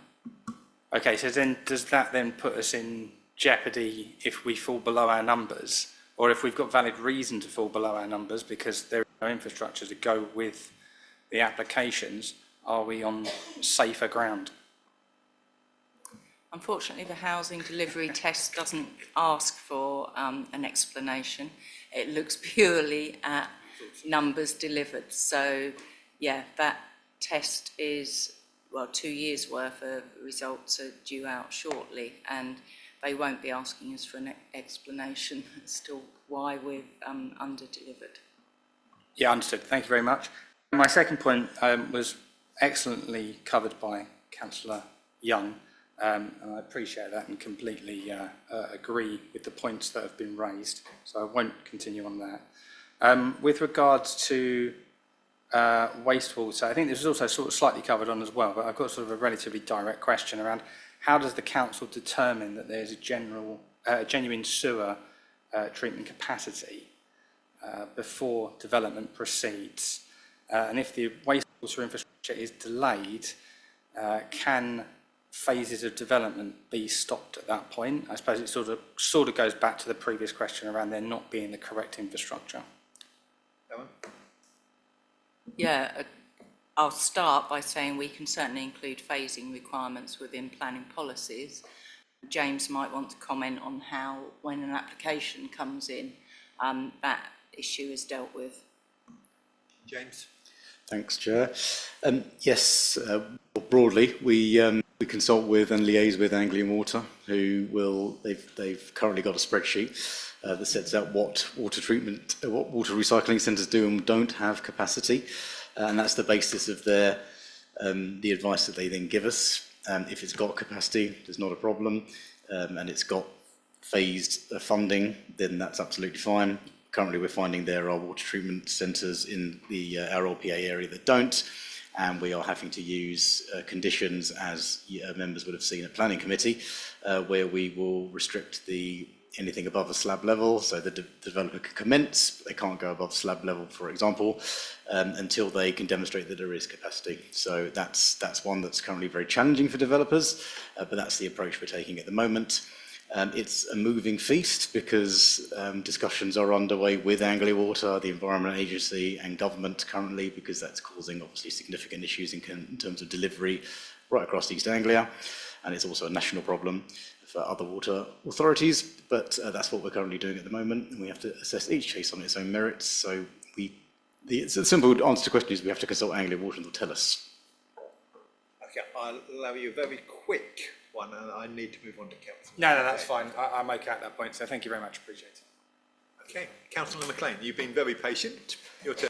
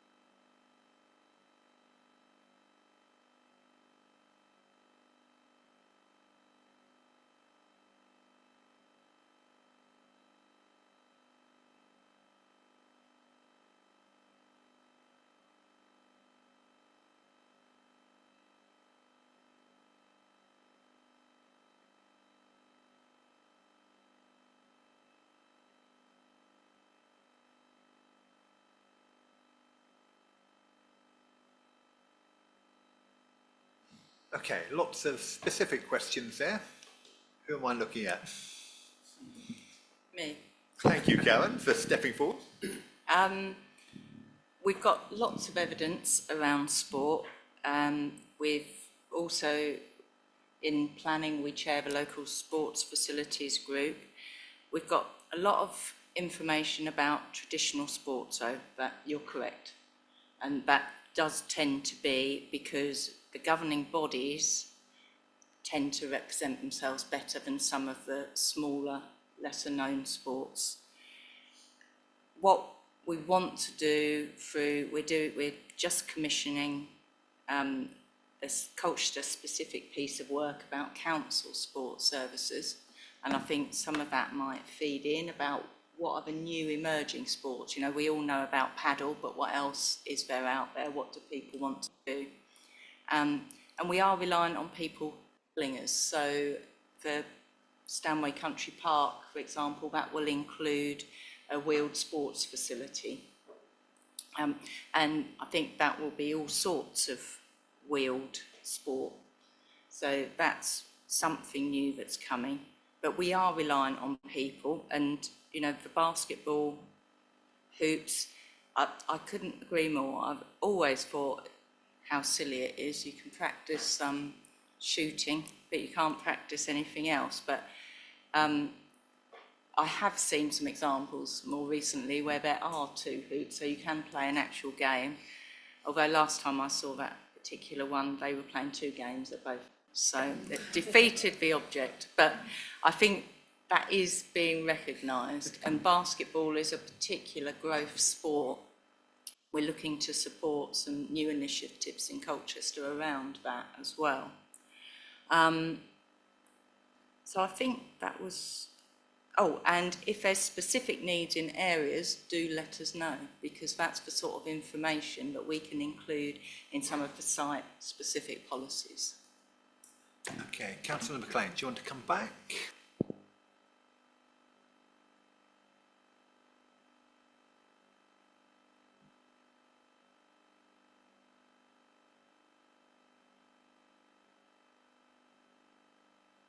Not so much included in the evidence base, no, but they would be included, it tends to be where groups let us know that there's a particular need for some facility. So, you know, if you've got those contacts, do let us know.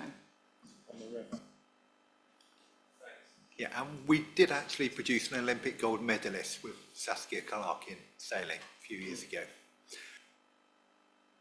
As that's the end of people on my list, we're going to move to the recommendation, which is the committee is invited to agree to the policy wording as presented in the schedule attached at Appendix A for inclusion in the submission draft local plan, subject to agreement of the remainder of the plan in August to agree publication for Regulation 19 consultation and submission to planning inspector, and to note the updates on progress and evidence updates identified in the report, which will be considered further to inform the next iteration of the local plan. So, could I see those in favour of that, please?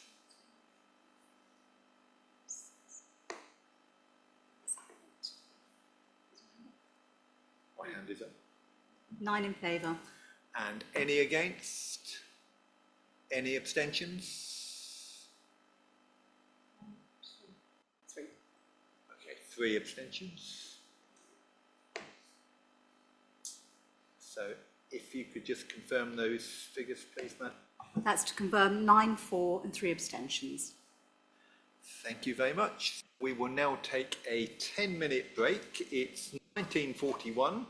So if we could return at 19:50, please. Thank you very much.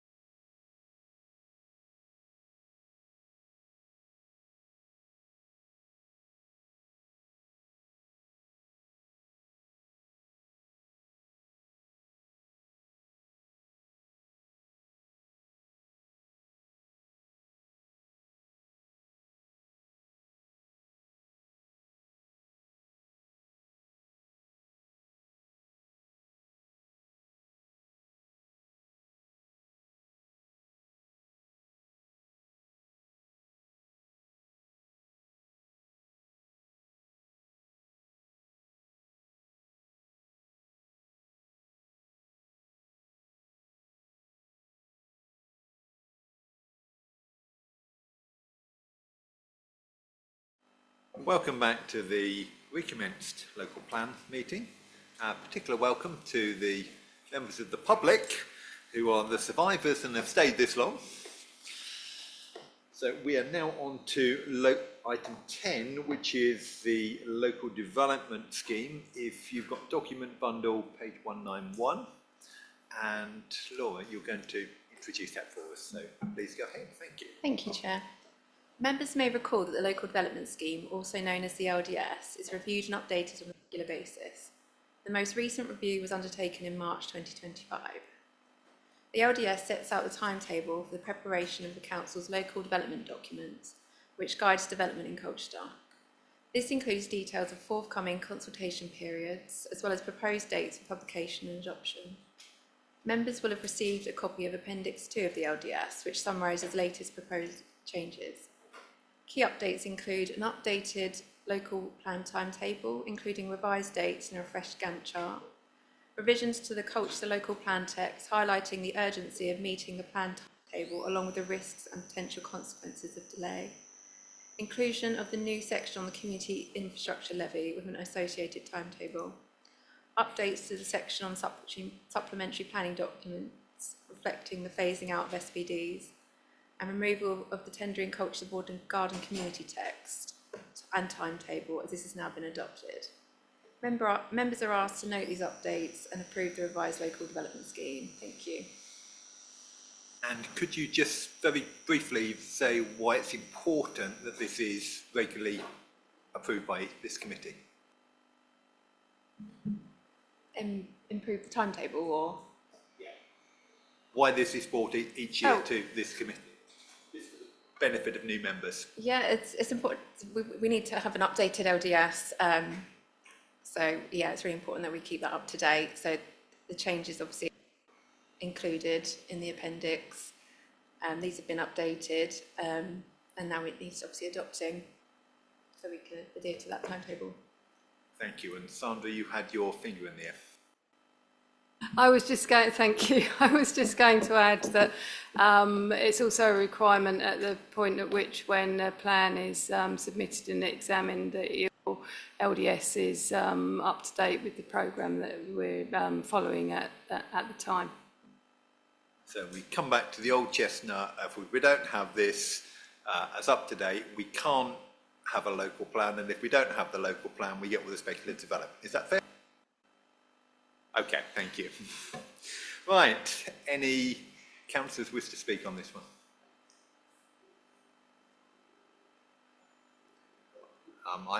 That members of the public and those online should not assume this does not mean it's not been read.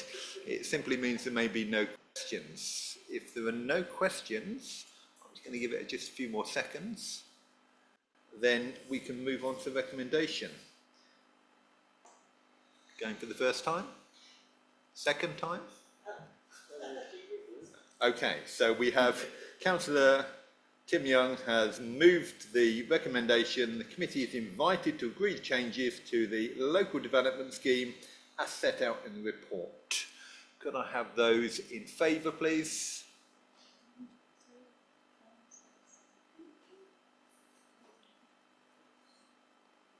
Twelve 4, so that's unanimous. Thank you very much. So we now move on to item 11. That's on page 223 of your bundle. East Coast RAM strategy update. Now, as chair designate, I've had spent some considerable time raising a number of questions on this with Officer Responsible and also with James Ryan, who's literally just taken over this week as head of planning. And I've asked James if he would just summarise some of the issues with this report and the significance of it. So, James, over to you. I think Sandra was going to do a quick run through, and then I will, if you have any further questions. Okay. Okay. Sandra first, and then if you could summarise that discussion we've had, please, James, afterwards. Yeah, thank you. I'm grateful for that.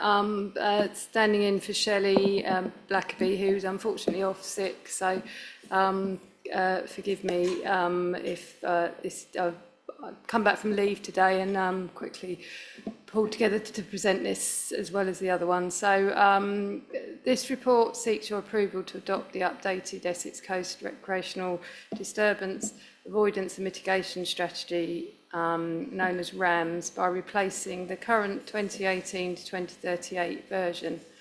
The RAMS is a strategic cross-boundary cross-authority approach prepared jointly by 12 Essex local planning authorities with Natural England.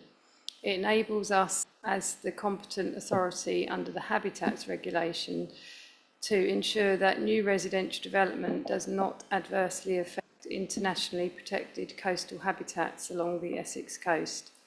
These habitats are of exceptional importance, supporting significant bird populations and protected through Special Protection Area, Special Area of Conservation and Ramsar designations. However, increased housing growth leads to increased recreational pressure on these sites, particularly from activities such as dog walking. The RAMS provides a coordinated mechanism to mitigate these in-combination impacts through access management, monitoring and public engagement funded by developer contributions. The existing strategy has operated successfully since 2019, but national guidance and Natural England have required a comprehensive review. The key drivers for this are significantly higher projected housing growth across Essex, an outdated evidence base, and the need to secure mitigation for the full lifetime of development. The updated RAMS is therefore supported by new 2025 visitor survey work, which confirms that coastal sites are busier. Visits are predominantly local and frequent, and recreational disturbance remains a key impact pathway. In response, the revised strategy strengthens the mitigation package. This includes an expanded ranger service, more targeted engagement with visitors, particularly dog walkers, increased seasonal and site-specific measures, and enhanced monitoring. A fundamental change is that mitigation is now costed and secured in perpetuity using an 80-year timeframe, ensuring compliance with the habitats regulations over the full lifetime of the development. As a result of these updates and the scale of planned growth across the zone of influence, which is the whole of the Colchester area, in this area, the total cost of the mitigation package has increased significantly, and consequently the tariff is proposed to increase to £476 per dwelling from the current £175.55, with effect from the 1st of August 2026. This remains broadly in line with comparable schemes nationally. The report also proposes to withdraw the existing RAMS supplementary planning document, which is now out of date, and replace it with a technical advice note. This will provide a more flexible and consistent mechanism for guidance across all partner authorities. In summary, the RAMS update ensures we continue to meet our statutory obligations, supports planned housing growth, and protects our internationally important coastal environment through a robust evidence-led partnership approach. So over to James to explain the points that has been discussed over in response to your questions, Chair. James, over to you. Yeah, thanks very much, Chair. So the RAMS is really important. It's since 2018, where there was a court case called the People versus Wind versus the other parties involved, it transpired that we can no longer require, we hardly ever used to do something called an HRA, which is Habitat Regulations Assessment, and then an appropriate assessment that follows on from that. This court case meant that planners, myself, had to do a full HRA and appropriate assessment for pretty much all residential dwellings, even a single increase of the single unit of one. That obviously poses a challenge, because how can one dwelling actually mitigate the impact of the additional recreational disturbance? Someone will live in the new dwelling. They may well go and use our brilliant coast and walk their dogs, for example, or recreate within the SPA, SAC and SSSIs and internationally designated areas. but how can one small unit actually mitigate that impact as they need to do to comply with the habitats regulations? The answer was the Environment Agency devised this scheme called, which has been used around other parts of the country as well. As you can see, they have one in Suffolk, they have one in Kent, and effectively it is a way of simply mitigating the impact through a cash payment. When we have schemes of 100 dwellings or more, we draft a different type of appropriate assessment where we require on-site mitigation as well. So, for example, dog off lead walking areas, circular walks, that kind of thing, dog bins, information boards, but that's simply not possible on the smaller schemes because there's just not the land available. If you have a small backland development, 2 or 3 bungalows, you just don't have the connectivity or space to do that. So in comes the RAMs. So we've been doing this since 2018. It started off around £100. It's gone up in line with inflation. It's now around £175. I don't think we've ever had any pushback from a developer on that basis because it's a very small fee in relation, when you juxtapose that against the amount you're going to cost buying land, developing a house or more than one house and then selling it. So it's going up because now Natural England, sorry, I said Environment Agency before, it's Natural England. Natural England want to see this rise in the tariff because they want to make sure that mitigation is held in perpetuity, so which they see to be 80 years. So it's now going up to 476. And there are some other changes as well I set out in the report for the larger schemes, but the key change is going to be the 476. I've had a discussion with the chair, now the chair, about the implications that will have in terms of project viability. There were concerns that this might have an impact on our potential SIL or just general project viability and the ability to mitigate other impacts. But from officers' point of view, £476 is still a very reasonable amount to pay per dwelling. It will, importantly, allow particularly the smaller scale developments to mitigate their impact. If they don't successfully mitigate their impact, there's a real genuine legal risk, particularly a risk of legal challenge. If you don't meet the requirements of the habitats regs, that is a clear potential judicial review. And if we weren't to adopt the new RAMS process, ultimately we would be penalising particularly the smaller developers because it'd be very, very difficult, nigh on impossible for them to mitigate their impacts, particularly on small windfall sites. So those backland sites, the little sites in those existing sustainable locations that we really want to bring forward and we really rely on.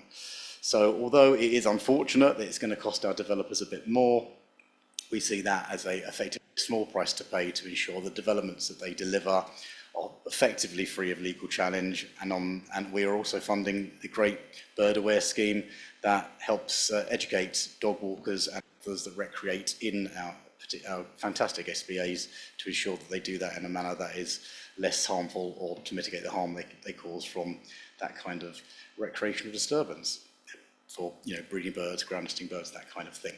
So we think it's a price worth paying, and that's why we brought this report to you. Thanks very much. Okay, so I'm going to make a few comments to start with. Are there any other councillors who would like to comment on this? I've got Councillor Rowe, Councillor Kelly,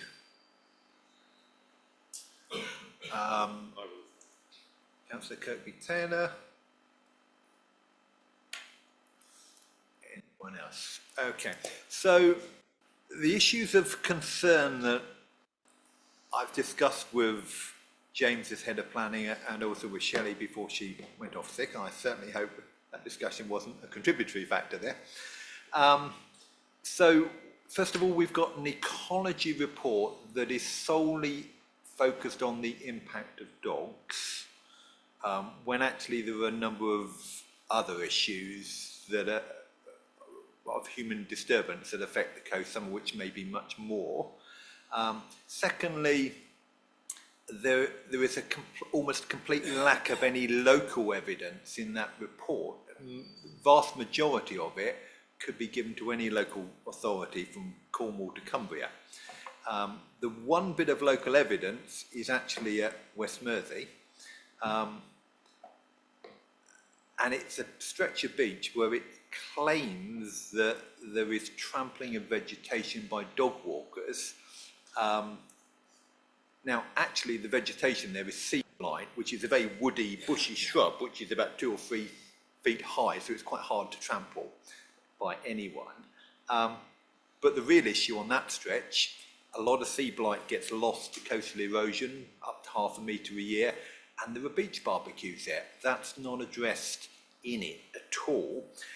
Secondly, the focus I understand from those discussions with officers on dog walkers comes from Natural England.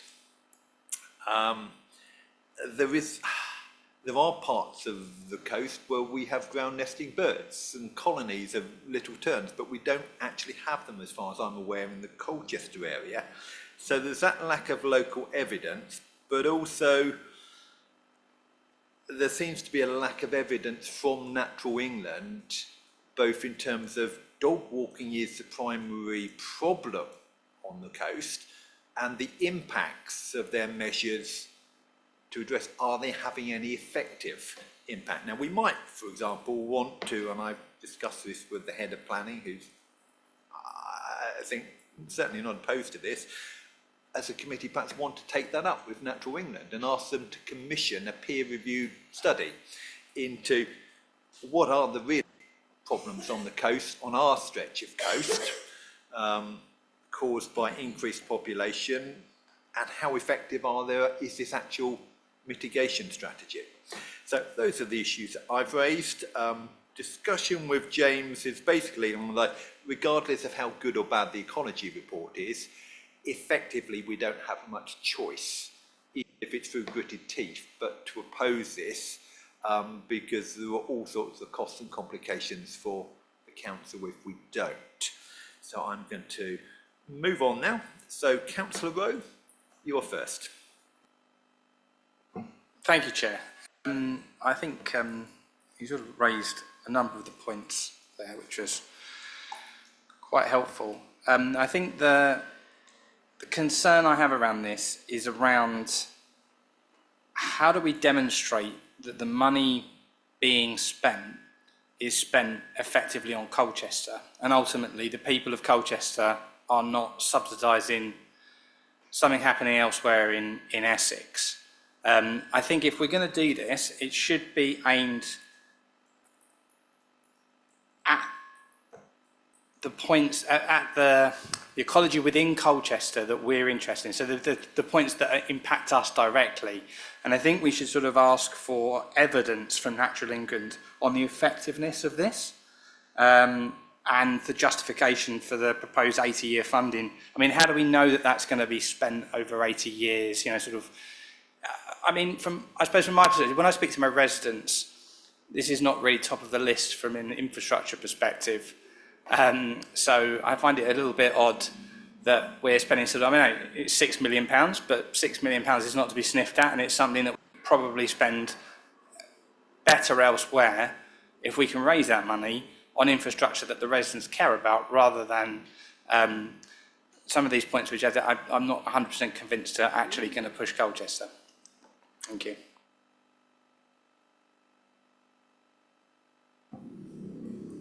I think several points have been made. I think Appendix 1 of the strategy sets out a list of measures in the Colchester area that are Colchester focused, and around the area, the protected areas that are within the Colne and Blackwater estuary, that are, if you like, benefiting from the strategy that's in place and the money that's been collected to date.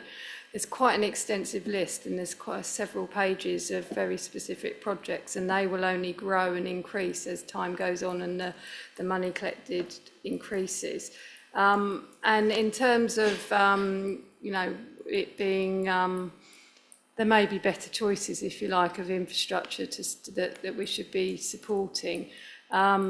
Whilst that may be understood, it isn't really a choice. The requirement to comply with the habitats regulations is a statutory requirement, And the way that is being suggested and has been the easiest, most effective, cost effective both for the council and for the applicants is to collect or to mitigate the impacts through this strategic approach and this tariff approach. There are other ways, as James explained, to mitigate, but they tend to be far more difficult, far less effective, and more costly and time intensive for the council as well. So it has resource implications for the council as well. But it's not optional to comply with the habitats regulations. So I just wanted to make those points. Yeah, if I can just reply. I appreciate that, and I do understand it's not optional. It's just I think that I suppose it seems that it's not a measurable outcome, which bothers me. It seems to me that we have to deliver something. There's no effective solution that we can find. So effectively, we're just sort of throwing money at the situation, which I never think is a particularly good thing to do. And I would rather see sort of, I don't know, measurable outcomes, I think, from this. I don't necessarily get that. And I have seen the list of the list of projects and sort of, you know, I'm not convinced 100% on that. And I just think that that's something that we should at least note here and possibly ask for sort of evidence around.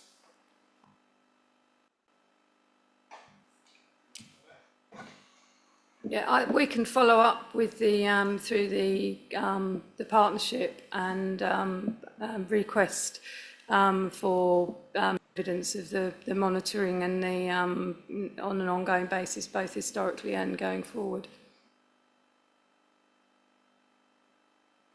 Councillor Kelly. Thank you.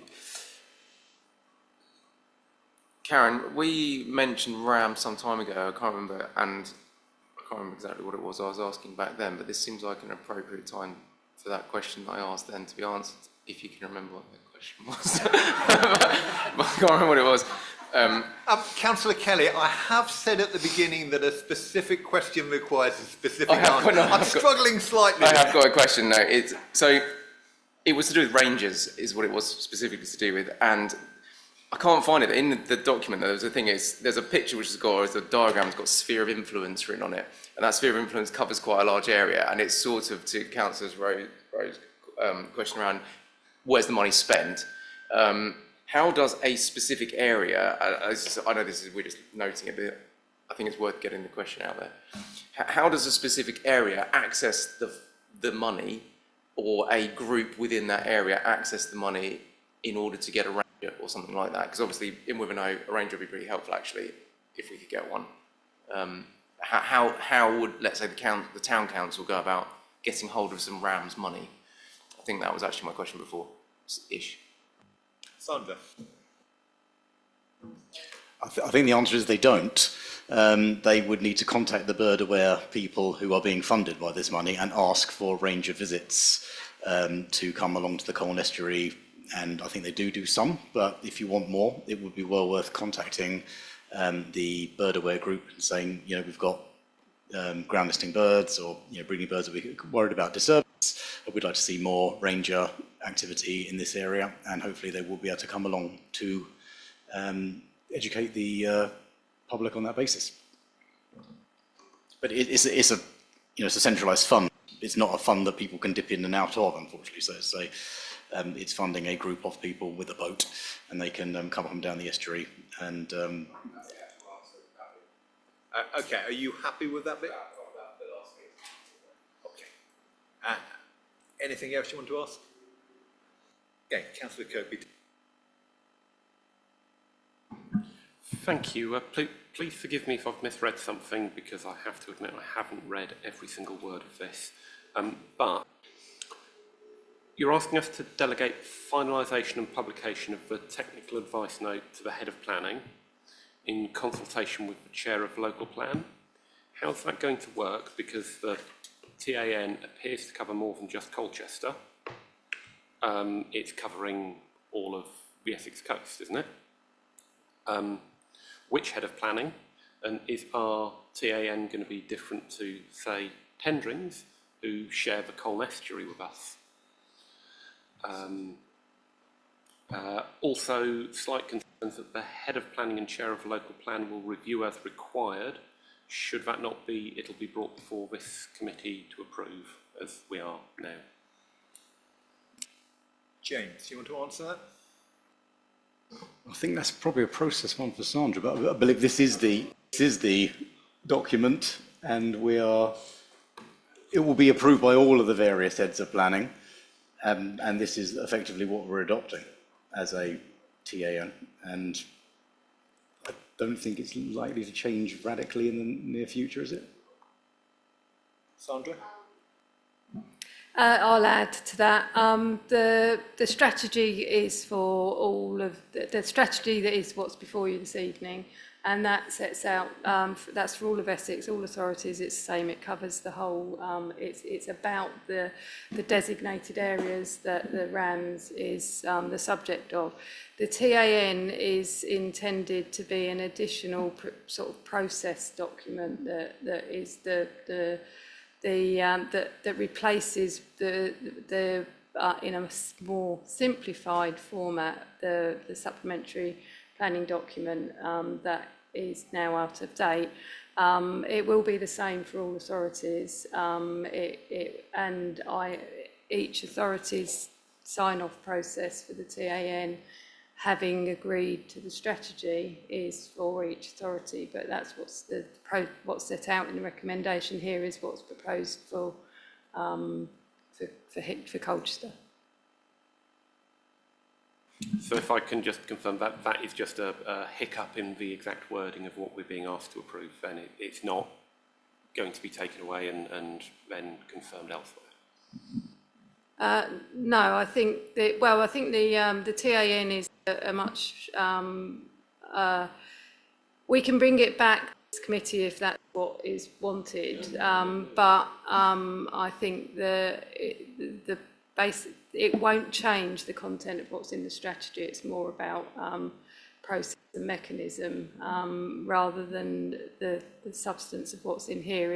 If there was the review of the strategy would need to follow the same process as it is in this time, not the TAN, which is a kind of advice note as to the sort of mechanisms involved in managing it. Did you want to ask anything? Do we have any more councillors? Councillor Tim Young, anyone else? It's very, very brief, Chair. It relates to a point that Councillor Kirkby-Taylor has made.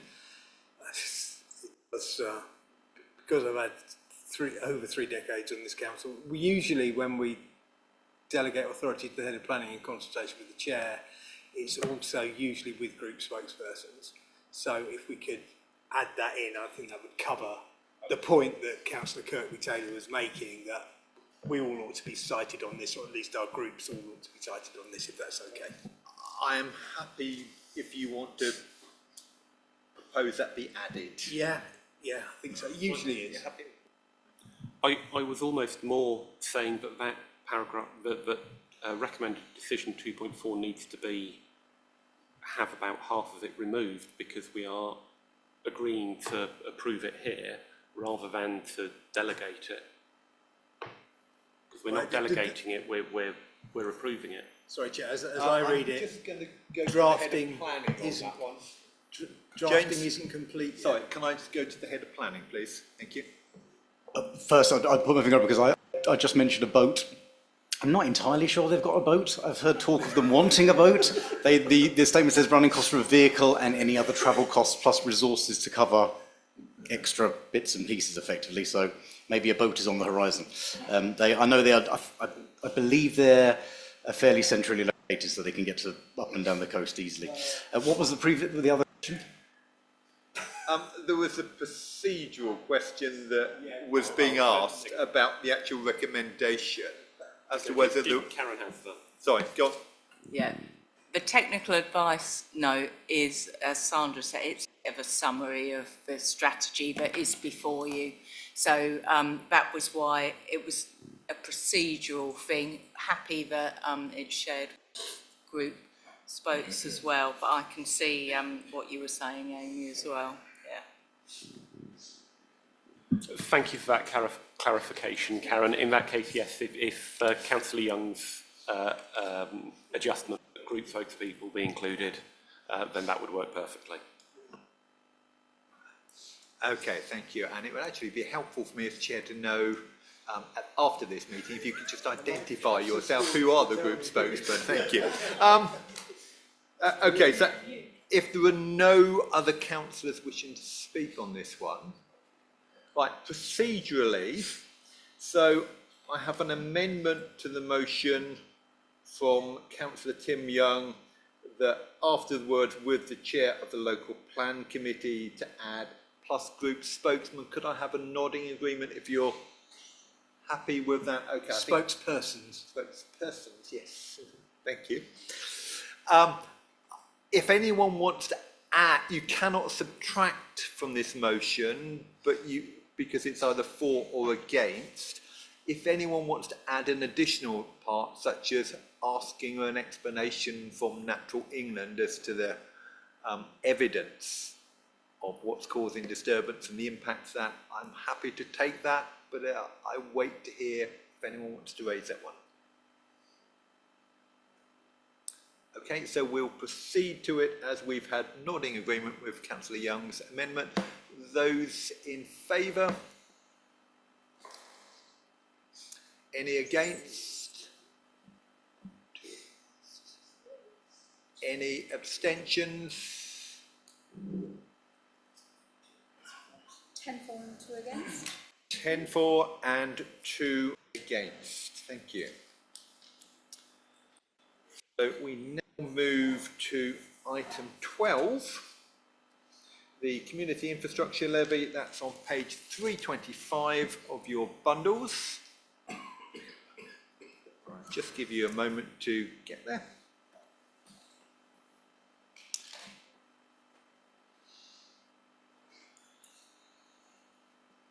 And Karen, I believe you're presenting this report, so please go ahead when you're ready. Thank you. So this report provides background as requested at the last meeting, I believe, regarding the community infrastructure levy, which is also known as CIL. The levy works alongside Section 106, it doesn't replace it, but it is, as I said earlier, non-negotiable, so it does differ from Section 106 in that respect. It also applies to most new build. I've set out in the report the pros and cons surrounding the levy and also looked at nearby local authorities to give you an idea of what sort of charges they have implemented. And it varies quite a lot, as you'll see, from Chelmsford to others that in some areas don't charge anything for certain developments or charge £20 a square metre. So that would apply to Colchester as well. If you give the go-ahead tonight, then we will initiate more work looking at value zones, because it's very much dependent on what a development can viably afford to pay, and that's partly driven by the sales values of new properties or the yield from commercial developments, because they too can be made to pay the community infrastructure levy. The consultants undertaking the viability work on the local plan have looked at implementing a CIL at a very high level for us, just in principle really, to say yes, it might be worth looking at further, or no, I don't think it would be viable in Colchester. They have said that it would be a viable option in Colchester in most circumstances. So again, looking at particular value zones and particular uses, greenfield versus brownfield sites. So there's quite a combination of factors that they will address. So we will further develop this work with a view to producing a draft charging schedule to get out to consultation if members agree tonight. And given the commercial sensitivities of some of the viability work, I would suggest that I hold a workshop not in the public domain to start with, so that you can understand the financial background to some of the charges that might result and where they're viable or not considered viable. As I said, any charging schedule does need to reflect the policies in the local plan. So I mentioned the net zero policy, affordable housing and others where there's a cost associated with their implementation. And you know, that could impact one being delivered over another.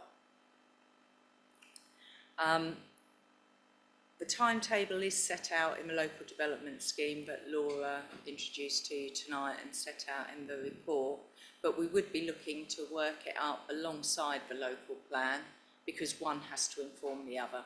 So it makes sense to do it that way. I know, you know, it would be good to have in place now if we could start to get that money, but actually we achieved quite a lot through Section 106, so we're not losing out entirely.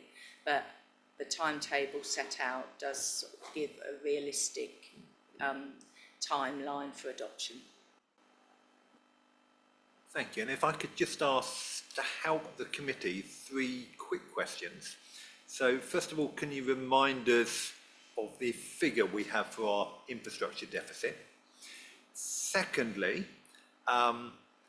what would be the absolute quickest that we could implement this, bearing in mind that the council will cease to exist on 31st of March 2028?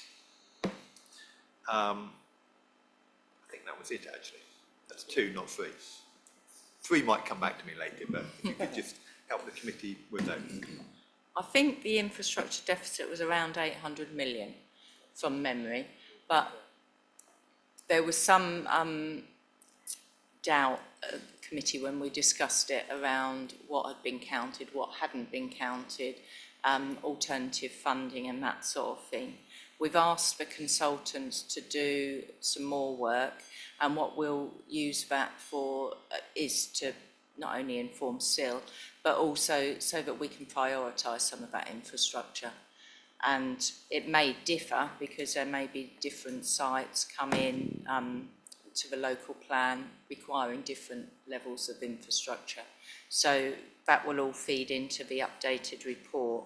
And in terms of implementation, adoption is shown for autumn or winter next year, so before 2028. I have spoken to both Tendring and Braintree, and at this stage they're not interested in doing any joint work around SIL. Tendring have produced an evidence base, but aren't intending to adopt it at the moment.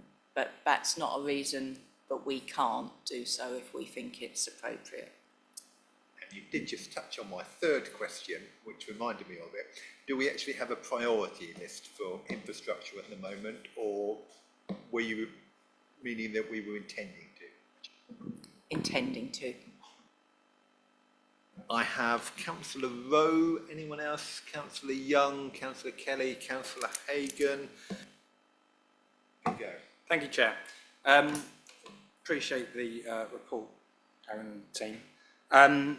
When reading it, one of the disadvantages I think was raised is that SIL is pooled funds and it can be spent far away from the development that's generated them. So how do we ensure that communities that are seeing these developments still also see the infrastructure benefits while they're also getting the development? That's my first question.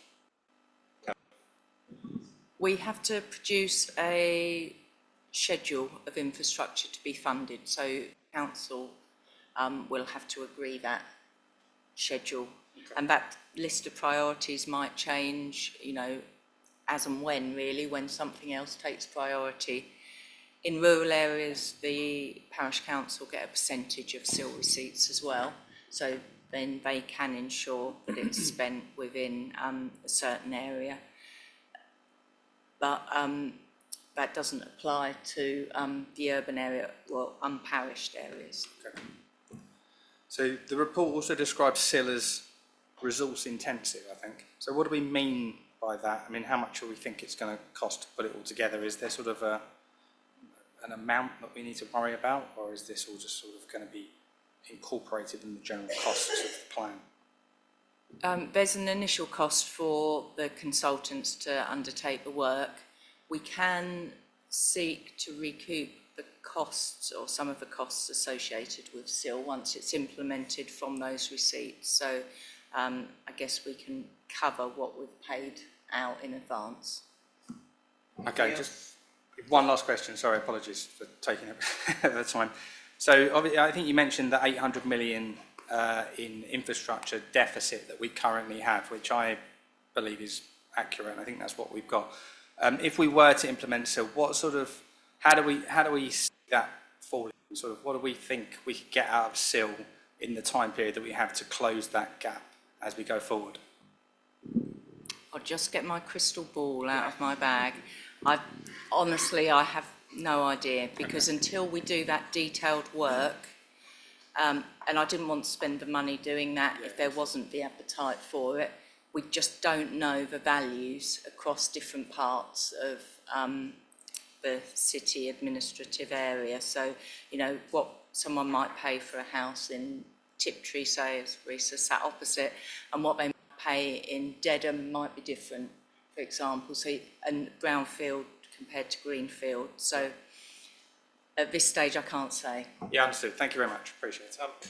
Can you just clarify, if we give you the go ahead tonight, how long is that basically going to take?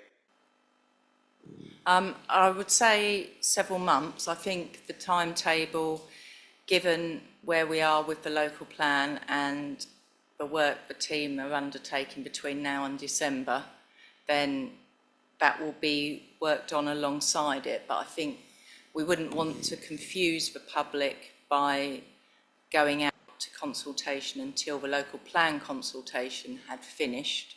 So it would run just after that, I think. Councillor Young. Thank you, Chair. I won't be very long. I think it's fair to say, and I think, like Karen, I've always been a bit of a SIL sceptic, especially in Colchester, because it's often portrayed by certain people as panacea to all our problems. Well, it isn't. It's another way of doing it. And I'm not against the recommendation to have a feasibility study and a workshop for all members. I would think should be invited to that workshop, because this is important. Community infrastructure levy, it works in certain places, it hasn't worked in others, so I don't want it portrayed as a panacea, because it isn't. Because if you look at 515 in the report, which is the disadvantages, I couldn't help but look at the first bullet point. It cannot be used to deliver affordable housing, and if development has multiple viability, and don't developers always claim that, it will be affordable housing and other Section 106 requirements that fall away. That worries me and concerns me intensely. So I just want to put those points out there, but if we have a workshop that goes into detail about all the advantages and disadvantages and where it works and where it doesn't work and what it means for Colchester, then I'm not against that at all. Thank you. Okay, and correct me if I'm wrong, but that was a comment to the debate rather than a specific question to officers. Okay, thank you. So we will move on to Councillor Kelly. Right, I have a very specific question for Karen, I think. Section 106, that is a land charge. So that is a legally binding agreement that's executed against the land. Presumably, once it's attached to the land, that's it, is attached to the land. A SIL is a levy. What is the legal status of that in a scenario where the authority changes? So I'm presuming a land charge is there, it's done, it's fixed. It doesn't matter who's in charge. What is the nature of a levy, and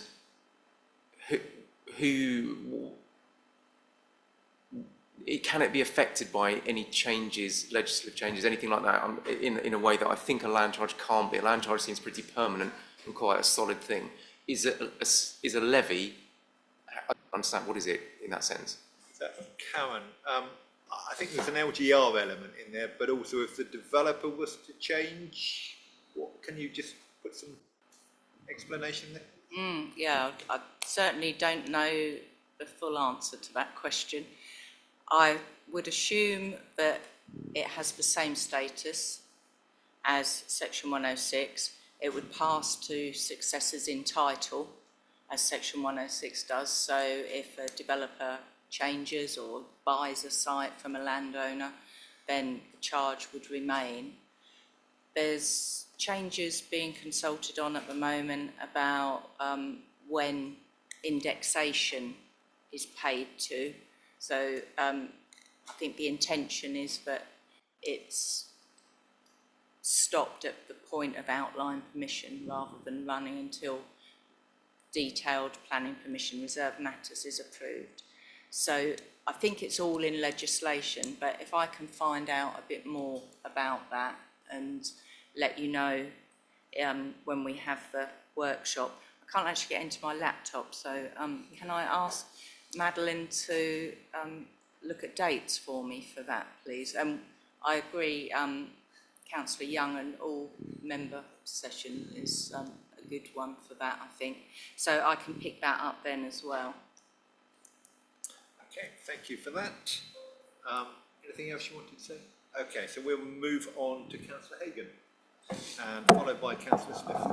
Thank you, Chair. It's just to note the report. Thank you for the work that you put into this. So it's good to see a change coming forward potentially. We obviously realise that what has been in the past has led to almost £1 billion worth of deficit, so we need to look at how we're going to change this moving forward, and this is a good step in that direction. So thank you to all the officers involved. Appreciate that. Thank you.